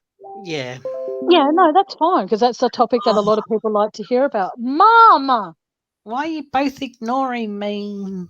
Oh, do my a God. survey, right, left, or right of 10. Okay. Yeah, we've done school. I've wrote it down, school days. Did anyone ever leave the tap running? Has anybody left the tap running and it's gone from overflowed in your kitchen, or you've let the bath overflow, or there's a question for Yeah, that's right, Van. What was it? no No personal personal bits bits to be shown at time. That's right. Uh, Hence why I stay off camera most of the time. You're reading chat, so I could be on camera for a little bit now. But I'm not going to last long. I know you're not going to like this, and I'm sorry, Tammy, but the people that have been following Tam's channel, and I've talked about my little personal chapter for myself next year and everything. I'm just going to give you guys a quick update. The dietitian appointment I was going to have in January has been shifted to December 22nd. So that is just the latest update with my little thing. The dietitian appointment is the first step of my gastric bypass surgery chapter. So that's going to be in December. And that's what basically my channel is going to be about next year, is the leading up to it and stuff. And I'll be finding a way for someone to help me and doing little snippets of me going into the dietitian, little snippets here and there of the appointment, and they're going to be up on my channel. So yeah, if you want to watch them and give me support, well and great. But if not, I'm not fussed. But that's what my channel is basically going to be about. Is the next chapter of my life is the gastric bypass surgery, and that's So yeah, just thought I'd give people a quick update on that. I'm sorry, Tam. No, it's okay. It's all right. No, but the plumber. Hang on. Sorry, I've got to try and read these as I'm. No, it's all right. No, but the plumber didn't tighten the taps and ended up with a flooded bathroom and bedroom. Oh, fuck. And then Tracy Walker said, yes, the twin tub washing machine. Oh, that would fuck. Thank you, Cookie. Yeah, so if you want to subscribe to my channel, it was up a little bit further. I don't know if it's there. I'll drop after this video. Tammy say, oh, there we go. Yeah, if you want to jump across, add a subscribe, that'd be great. But I'm not forcing anyone to do it. But yeah, yes. But that's what. Yes, thank you, Van. Thanks, Bethy. I'll quickly. Sorry, Tam. I know you're going to get sick of this. Sorry, but someone did ask me today on another chat program that I go on to. They're like, would you actually like to show your face while you're talking now or not? Yeah, there we go. Someone did ask me, they're like, are you scared about it? And my face is here, Mum. But I am a bit scared because of what can and can't happen. Well, can happen if I do anything wrong and stuff. So there are bits and pieces of this procedure and this chapter of my life that I am scared of, because this is, well, far as I know, is my first surgery of my first entire life. And where the stomach is a decent size, my stomach will be shrunk down to a size of a banana. Don't know what size of banana, but anyway, that's what I've heard. And yeah, and I'll have to watch and what do's and don'ts for the rest of my life. I have to be on vitamins apparently and stuff like that. So I am a bit scared because it's a big major thing that's changing inside my body, because it's going to help me lose the weight and everything. And I said this to another person the other day. I said that people think I'm doing it for the wrong reasons and everything. And it's the fact that I'm doing it for not my personal gain as such, but in a way, yes, because I go into places with my mum, Tammy, myself, mates, and everything, and I get called a female, and people look at it and go, like Tammy, for instance, it's like all it is like that's my brother. And then in a way, and then they're like, oh, okay, sorry. And then in a way, then there and then the subject's dropped, and I walk my way. Tammy walks her way into the shop and everything. And when it's with my mum, she's like, oh, looks around. There's no female with me, and that's it. So, but when and they don't think they just think, oh, okay, there and then subjects drop. But for me personally, it's like I don't know if people have watched The Simpsons or whatever. It's like when the Simpsons episode where um, Ralph gets, I think he gets a card or something from Lisa for Valentine's Day, and it's you see Ralph's insides, and it's like, and it chews him up inside, and that's how it feels for me because I know my gender, my family know my gender, and people that know me personally and obviously on here know my gender. But being called a female, angry lesbian, or whatever you want to call me, does more, and I'm going to swear here, and I'm sorry, Tam, it does more fucking mental damage than people actually think because I look at it as it's like people look at it as, oh, he's just let it go. But it fucks with my head. It chews me up inside. It just yeah, it hurts. It crushes me. It rips me to shreds to think that I've gained this much weight in the upper region to make me look like a female. Mm. It it's more damaging than, like I say, more damaging than people think. And people are like, oh, he's okay. He'll get over it. No, Well, I know that you're not okay when people say it. yeah, I know, but yeah, so I'm doing it for my personal gratification and going forward because I don't want to keep on putting on the weight and then I have a because I'm 34 next year. I don't want to have a heart attack at say 40 or something, and there's no coming back from it. So I'm doing it to better my health. So as much as my mum and Tammy don't like me and don't want me to go through with this procedure because they're scared for me and everything, and Tammy knows a bit more about it than mum, so I get that. But I'm taking mum, and hopefully Tammy can come along to these appointments, so then it can educate myself going forward, and then I know what's ahead of me and my life going forward, and the do's and don'ts and wrong But it ways. also comes down to that you might not even be approved for it. Maybe not, maybe not. I don't know, but at this stage, I'm hoping to get approved, and then I can go right. Everything like this time in 2 years. I can go look back at myself and go, I was a fat fucker back then, and now I'm not saying this to be mean, Yeah. but I'm skinny now. I'm in a better place because you said you said yourself, Tam, I was Mhm. miserable back in 2009. The reason, and I said this to my financial counsellor of all people the other day, I said, the reason I was miserable back then because I was in my own body. That's great. And I was miserable because I was living a lie, not only to myself but everyone around me.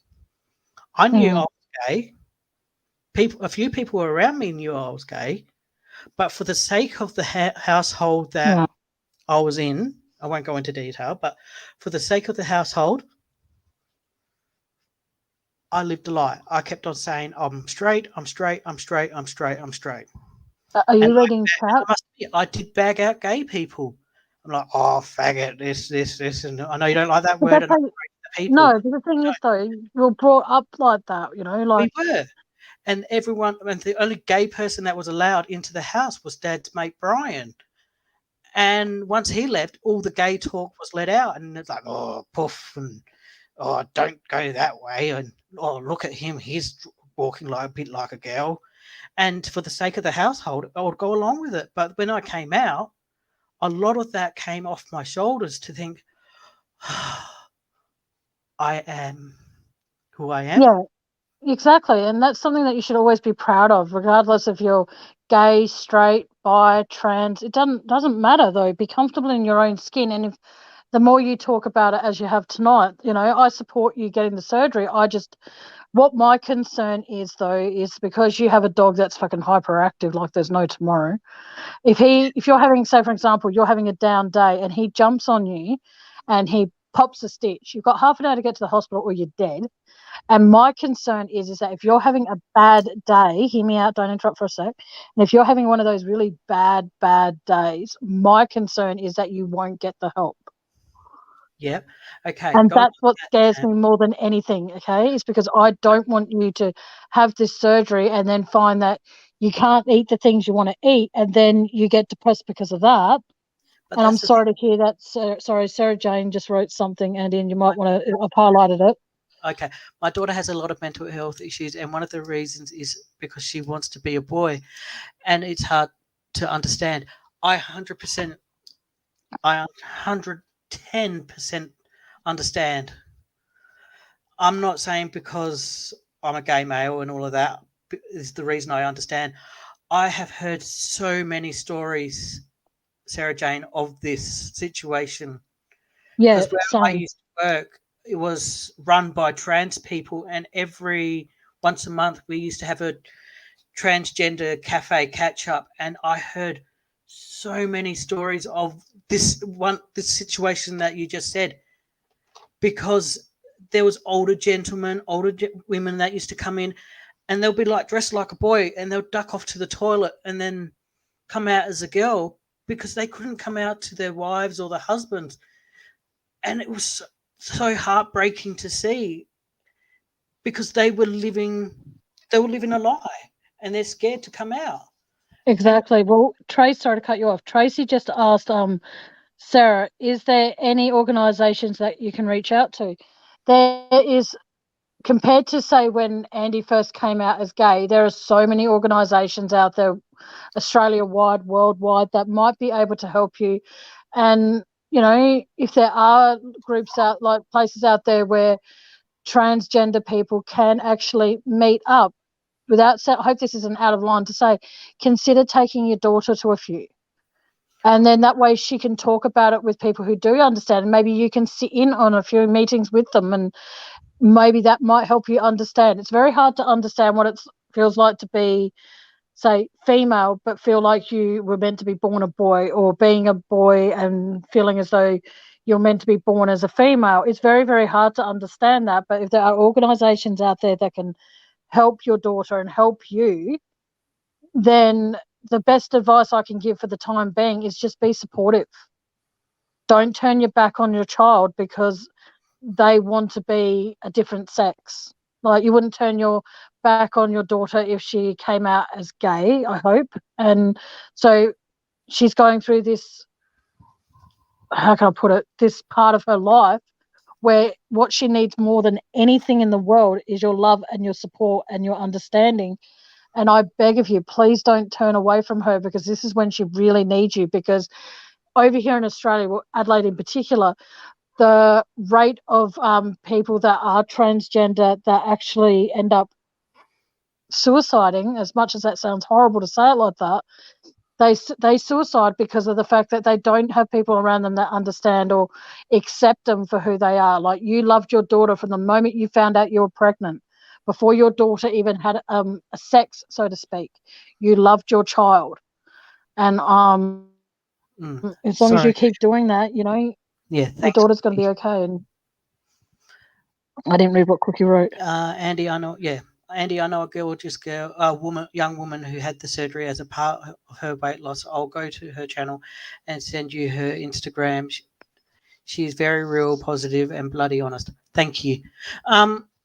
Like on my channel, I will be having discussions like this on my own channel going into next year, because the suicide rate of people that are trans is fucking high, because of it's actually higher than because they don't know how to come out to people, don't know the channels and the pathways to reach out, and because of people like you said, people turning their back on them.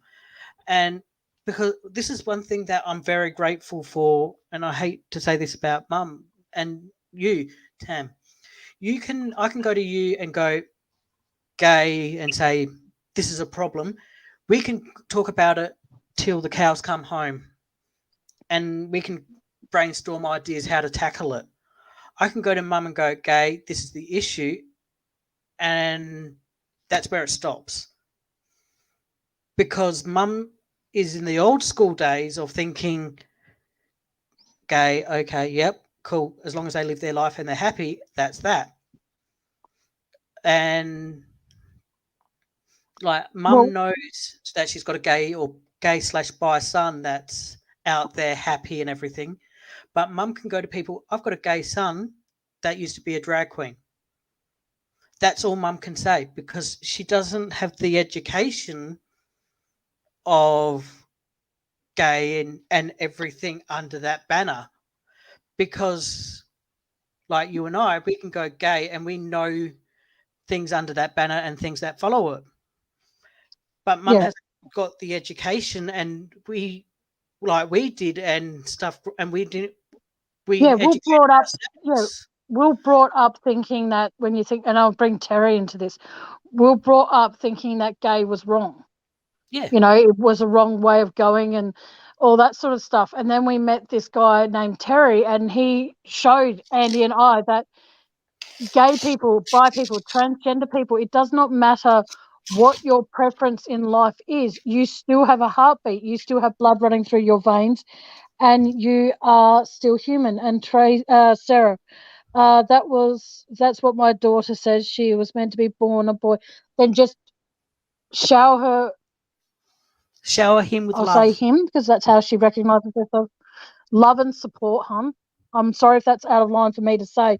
Like Andy, when he came out to me and said he was gay, I'm like, yeah, and Andy even admitted to me the other day. He goes, I was so scared to tell you that I was gay. I'm like, why? Everyone. He goes, because I thought, yeah, but you see, you're living with me at the time. You know what I mean? So it came down to that. He was thinking I was going to kick him out. Yeah, we were living at Kings Avenue.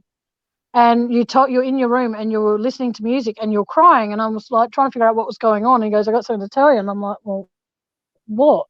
And I thought it was something like really serious, you know, and obviously coming out as gay, you know, it is serious, but it's something more serious.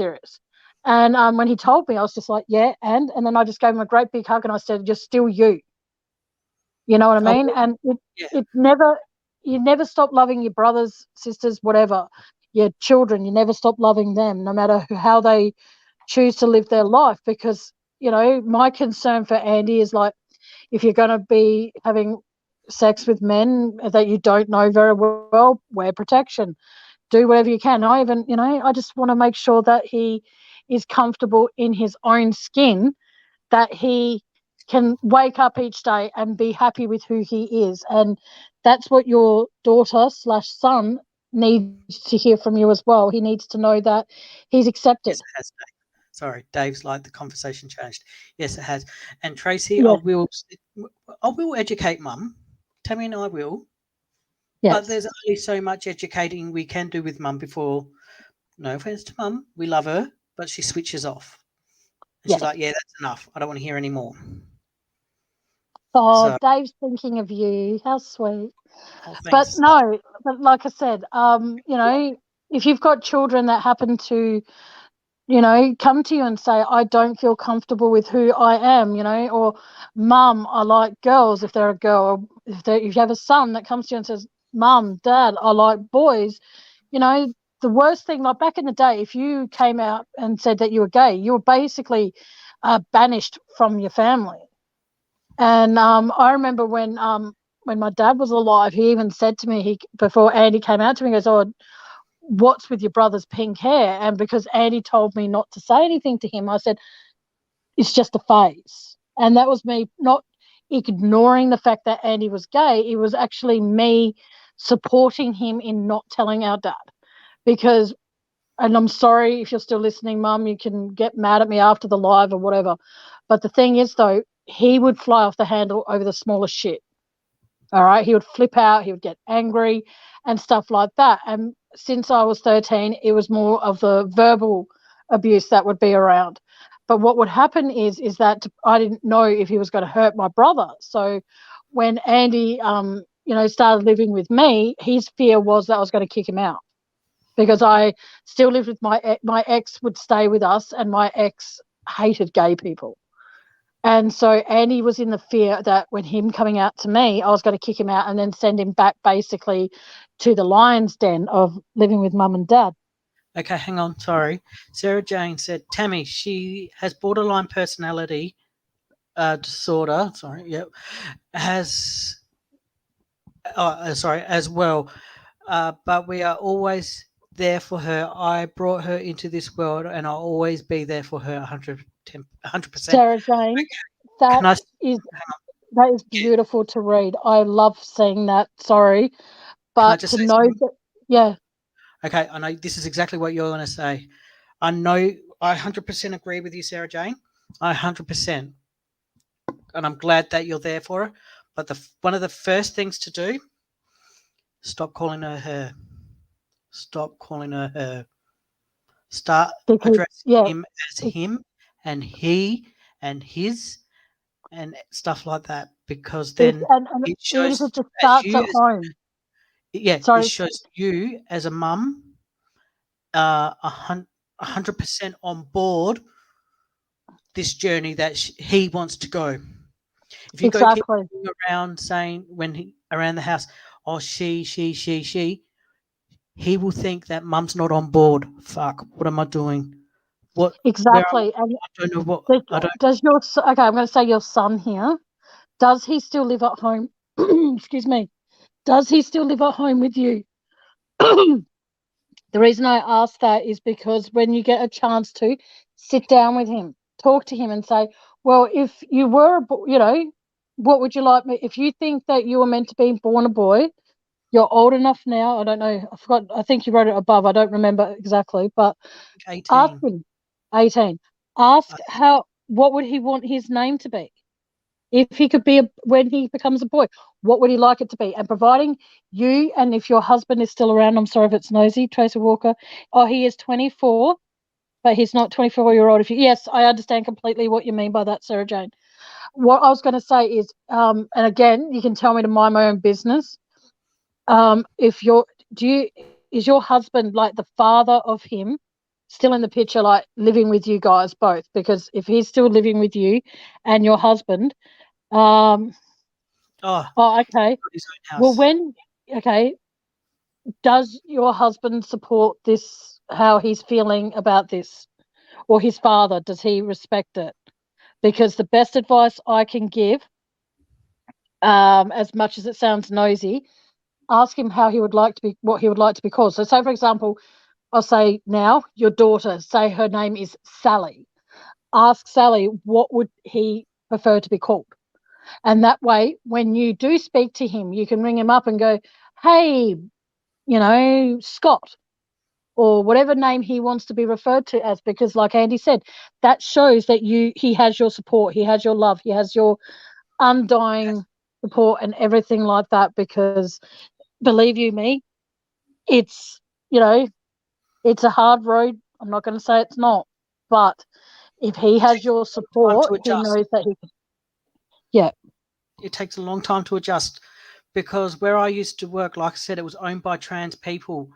And one of the bosses that I grew very, very, very, very close,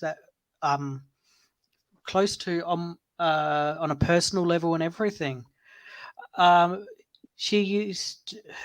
wife used to come into the place of work, and I'll be like, oh, her name's Christiana, and she'll be up on my channel when I get it up and going to talk about her journey and everything. I'll be like, oh, Christiana. And then the wife would be like, no, I'll just say Joe. No, it's Joe. And so it's like, no, I know her as Christiana, but her name's Joe. No, it's not. For the longest time I've known her, it's Christiana. And that's what it's going to be. From the day this place I opened to the day it closed, it was always Christiana. It was never Joe, because the most disrespectful thing, once they go through the change and they've changed the birth certificate and everything, the most disrespectful thing you can do is dead name someone. Because when And they go what through that sorry, Tam, when they go through that change and to the point of changing their sex on their birth certificate and everything, that means in their own head they're ready to go, right, I'm ready. So you do not, whatever you do, when your son changes his sex on his birth certificate, you do not dead name him, because that is the most disrespectful thing you can ever do to a trans person. Is dead name. exactly? Because what happens is though, it's like I call him Lee, but Donald still calls him. Oh, okay. Well, then I'm sorry, but you need just to try and make him understand. I don't know. You Well, can't make, at the end of the day, you can't make somebody understand that their daughter is about to become their son. You can't make somebody understand that their son is now about to become their daughter. Like exactly. I'm fortunate enough that I've actually met both. I hope this isn't a wrong way of putting it.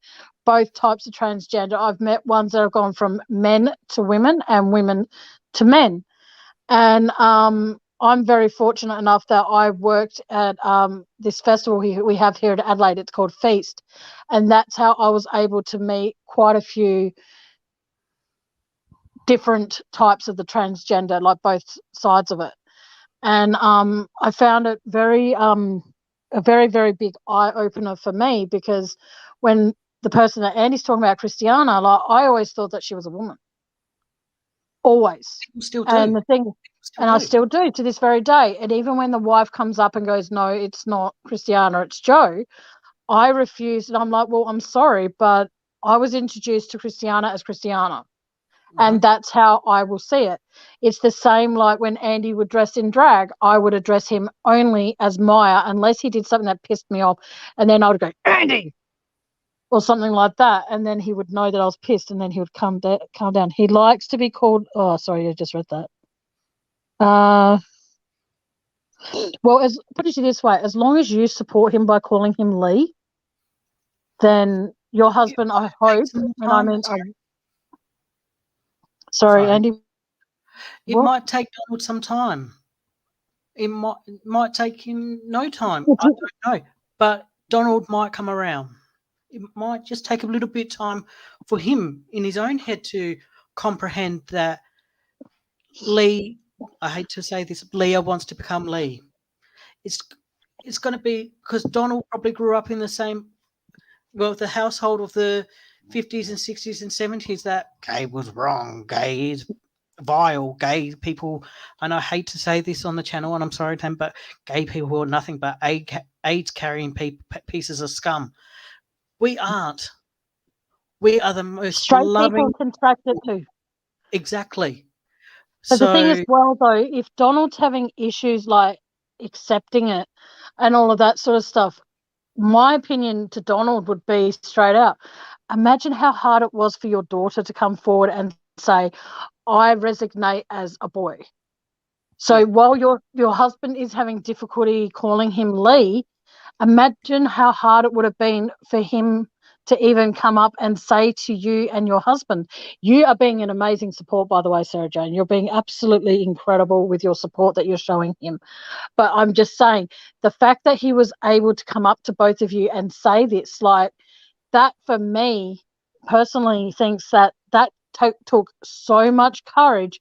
It's like when you're a kid and you get caught with your hand literally in the cookie jar, and you're like, nah, I didn't eat all the cookies. Meanwhile, you got chocolate shit all over your face, and the cookies are in the cookie jar all chocolate coated.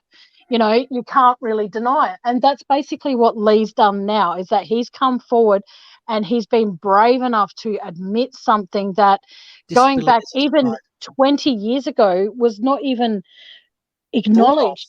It was actually something that was actually quite looked at and frowned upon, and like, oh my God. And that's how a lot of transgender people would actually be known as, and I'm sorry if you think I'm out of line with this and you can correct me afterwards if I'm wrong, that's how a lot of transgender people started out as drag queens, because they didn't have a name for men who like dressing up as women.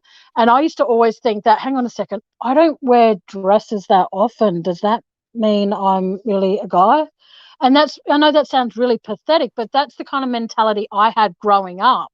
Because if you look at the toilets these days, they have ladies and then they have a picture of a woman and in a dress, and then they have men and it's where he's wearing pants. And I used to always think, hang on a second, I like to wear pants. Does that mean I go into that one? Or because I'm not wearing a dress, because I'm not wearing a dress, can I still go into that one? And as a little kid, that's the kind of thing that I used to always freak out about. But as I've gotten older, it's gotten a name now. It's not like, oh, you like to dress up as a woman, you're a freak, you're a showcase, or you're a sideshow act, or a freak show, or anything like that. The people now that are men that resonate as a woman, and women that resonate as men, they have a name now. It's called transgender. There's nothing to be ashamed of. And you're welcome, by the way, Sarah Jane. She's thanking you too, by the way.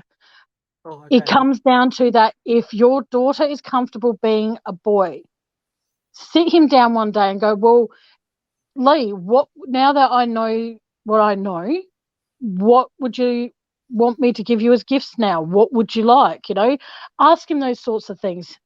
Because I don't know many men that like to walk around smelling like flowers.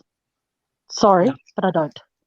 But that's just something you can do. Like, have interests in stuff. Like, if you find a group that he can go to, offer to go with him, and have Donald come with you. So then that way you can both, even if you're not sitting in the immediate circle, you can sit in the car and wait for him or something.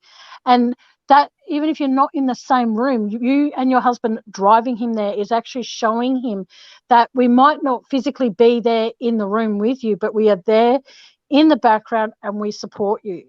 If things do get difficult and you need to leave quickly, you and Donald are in the car park, or you and Donald are sitting outside the circle, but you're in the same room and you're listening and you're educating yourselves, as well as hearing other stories of young people that have the same disabilities as Lee, that struggle with day-to-day issues of identity.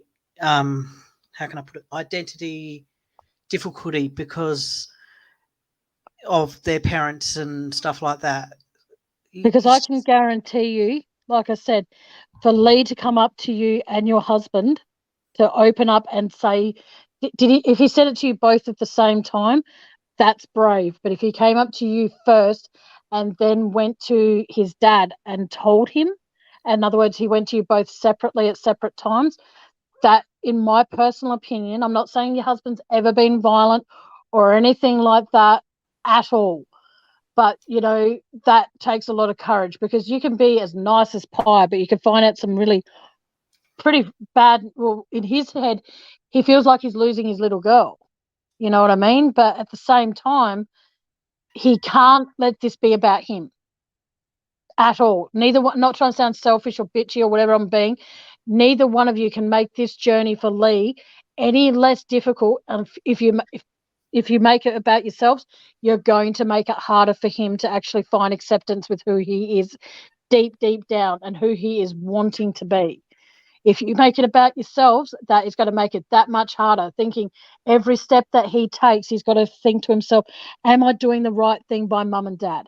Am I hurting mum and dad by doing this? Because at the end of the day, and this is going to make me sound so mean saying this is not you. Hang on a second, Andy. This is not the journey. Oh my God, I'm so sorry to hear that, Sarah Jane. Yeah, that's what I was going to read out. Yeah. Yeah. Because this is his journey to take, and he needs he needs the support of his dad more so than you think, because he's turning into a dude, and your husband needs to just, as much as it sounds bitchy, like I said, your husband needs to not make this about him, because this is not his journey he's taking. You both are taking the journey with him, but you can't take the journey for him. Okay, you know what I mean? Sarah Jane, are you in Australia?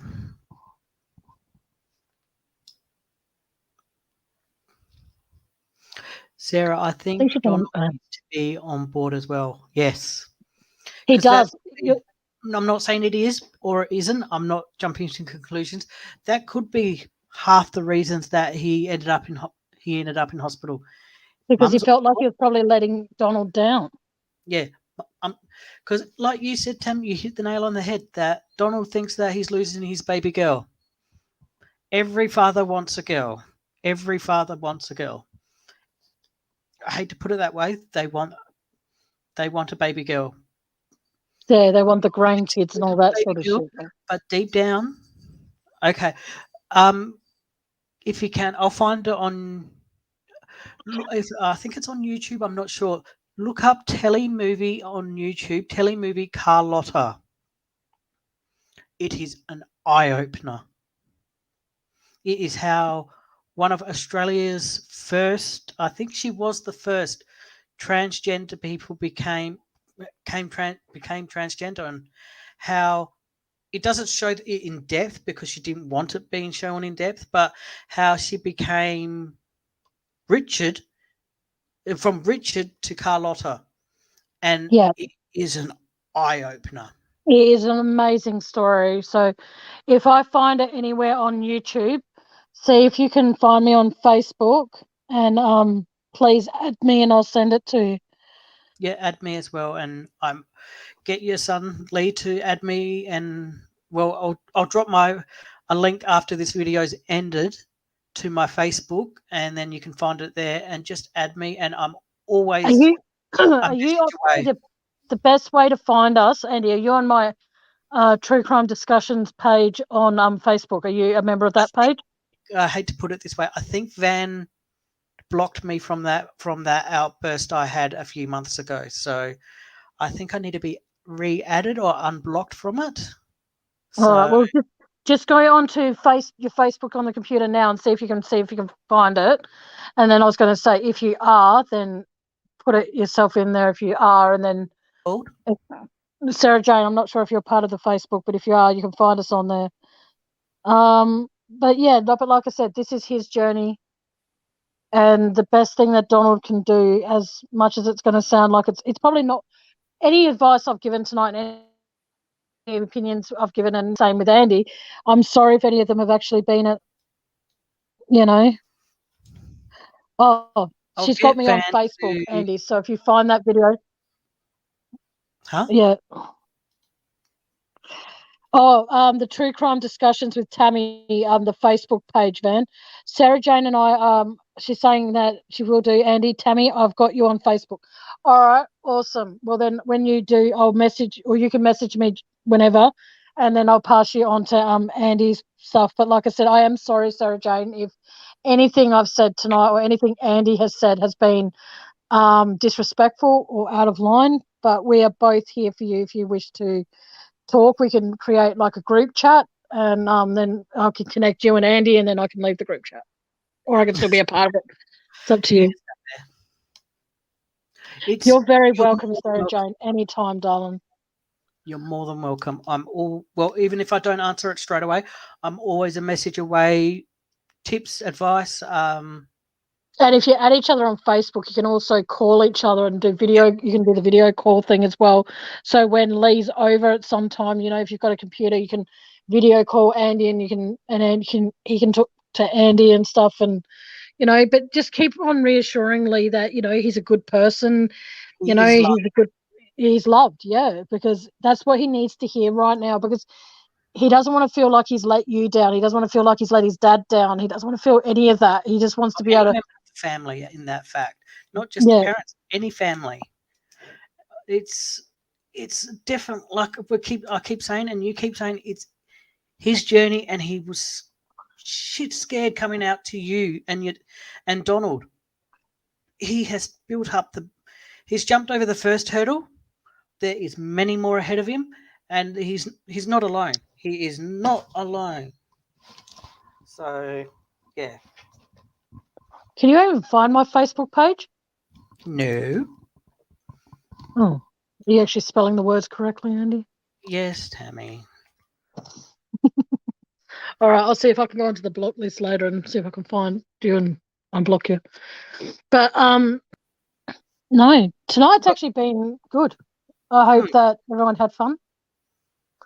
I hope you managed to. Beg pardon? Are we ending it here?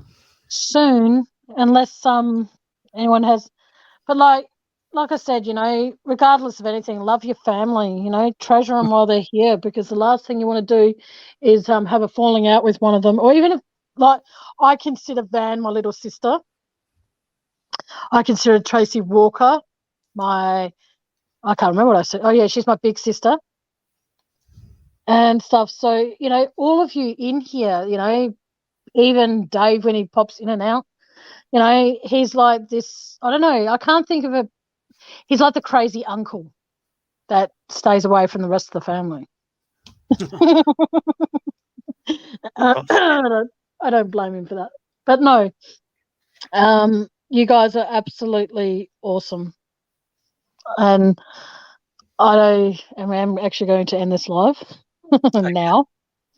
But I'll let you say your piece and then I'll finish up with my wrap up. But stay on the show though, because I want to talk to you afterwards, or I'll just ring you. What do you want to do? No, I'll just stay. All right. In closing, for me personally, like Tam has said for the last hour, probably, maybe, I don't know. Haven't been watching the time, but just love your family. If they're gay, bi, trans, rainbow, fucking polka dot, who cares? Just love your family. Even though if you don't understand something, ask. That's all you can do is ask. Because if you don't know the answers, you're just going to jump to conclusions. Good night, Van. Take care, love. Yeah, ask questions. Night, Van. Ask. You too, Tracy. Because there's no such thing as a stupid question. The only stupid question is the questions you leave unasked. So Tracy's telling you that she loves you. Love you too, Tracy. You too, love. Most of all you can do, is ask questions.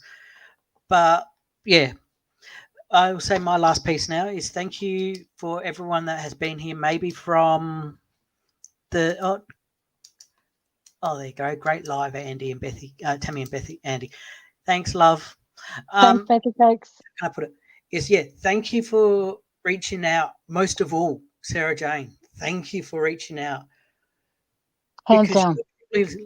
You'll probably live in this silent hell where you didn't know how to approach. And you've approached it now, and you've probably have gone, you're going to go away from this life feeling that you've got two people in this YouTube community, in this world, in your life now that can help you. And it's, how can I put it? Where you're not alone. You are not alone the pressure off you. journey with him. Yeah. I will help you as much as I can, where I can. But I hate to put it this way, but not financially kind of stuff, but with advice, where I'll look up as much as I can on my end, and I can flick you through links on Facebook, on support networks where you are, and everything I can do. Because like I said, and I'll say it again, you are not alone with Lee in this journey. Your journey as well has just begun. Huh? Your hands down. No. Your journey with him in this has just begun. I don't know when he came out to you, but I'm just saying, as of now, your journey has just begun. Okay? Your journey has just begun. And okay, enough of that for a sec. In closing, on my part, thank you everyone that has joined us tonight. Part of my life has gone from my heart to your heart, hopefully. Yes, thank you for spending 3 hours and 20 minutes. Thank you for spending a bit of your time with us and a little bit of your time with me, and hope and reaching out. So love to you all. Take care. And I'll talk to you when we do our next live. And I'm looking forward to hearing from you on Facebook, Miss Sarah Jane. Love to you all. Take care now. Bye. All right. That took a long time for him to say so, didn't it? It's worth it though. Yeah, thank you all so much. And Sarah Jane, thank you so much. Because I can imagine it's been stressful. And I appreciate you opening up as much as you did. Thank you. I'll end this live now with 11 people listening and watching, but leave them wanting more, as I was told once upon a time. But until next time, guys, remember, like Andy said, tell your family that you love them, tell your friends that you love them. You never know when it could be the last time. So all of you take care, and we might be back before Christmas. We might not be, but if we are, we are. If we're not, we're not. But until next time, good afternoon, good evening, and good night. Mwah. Love yous all. Bye.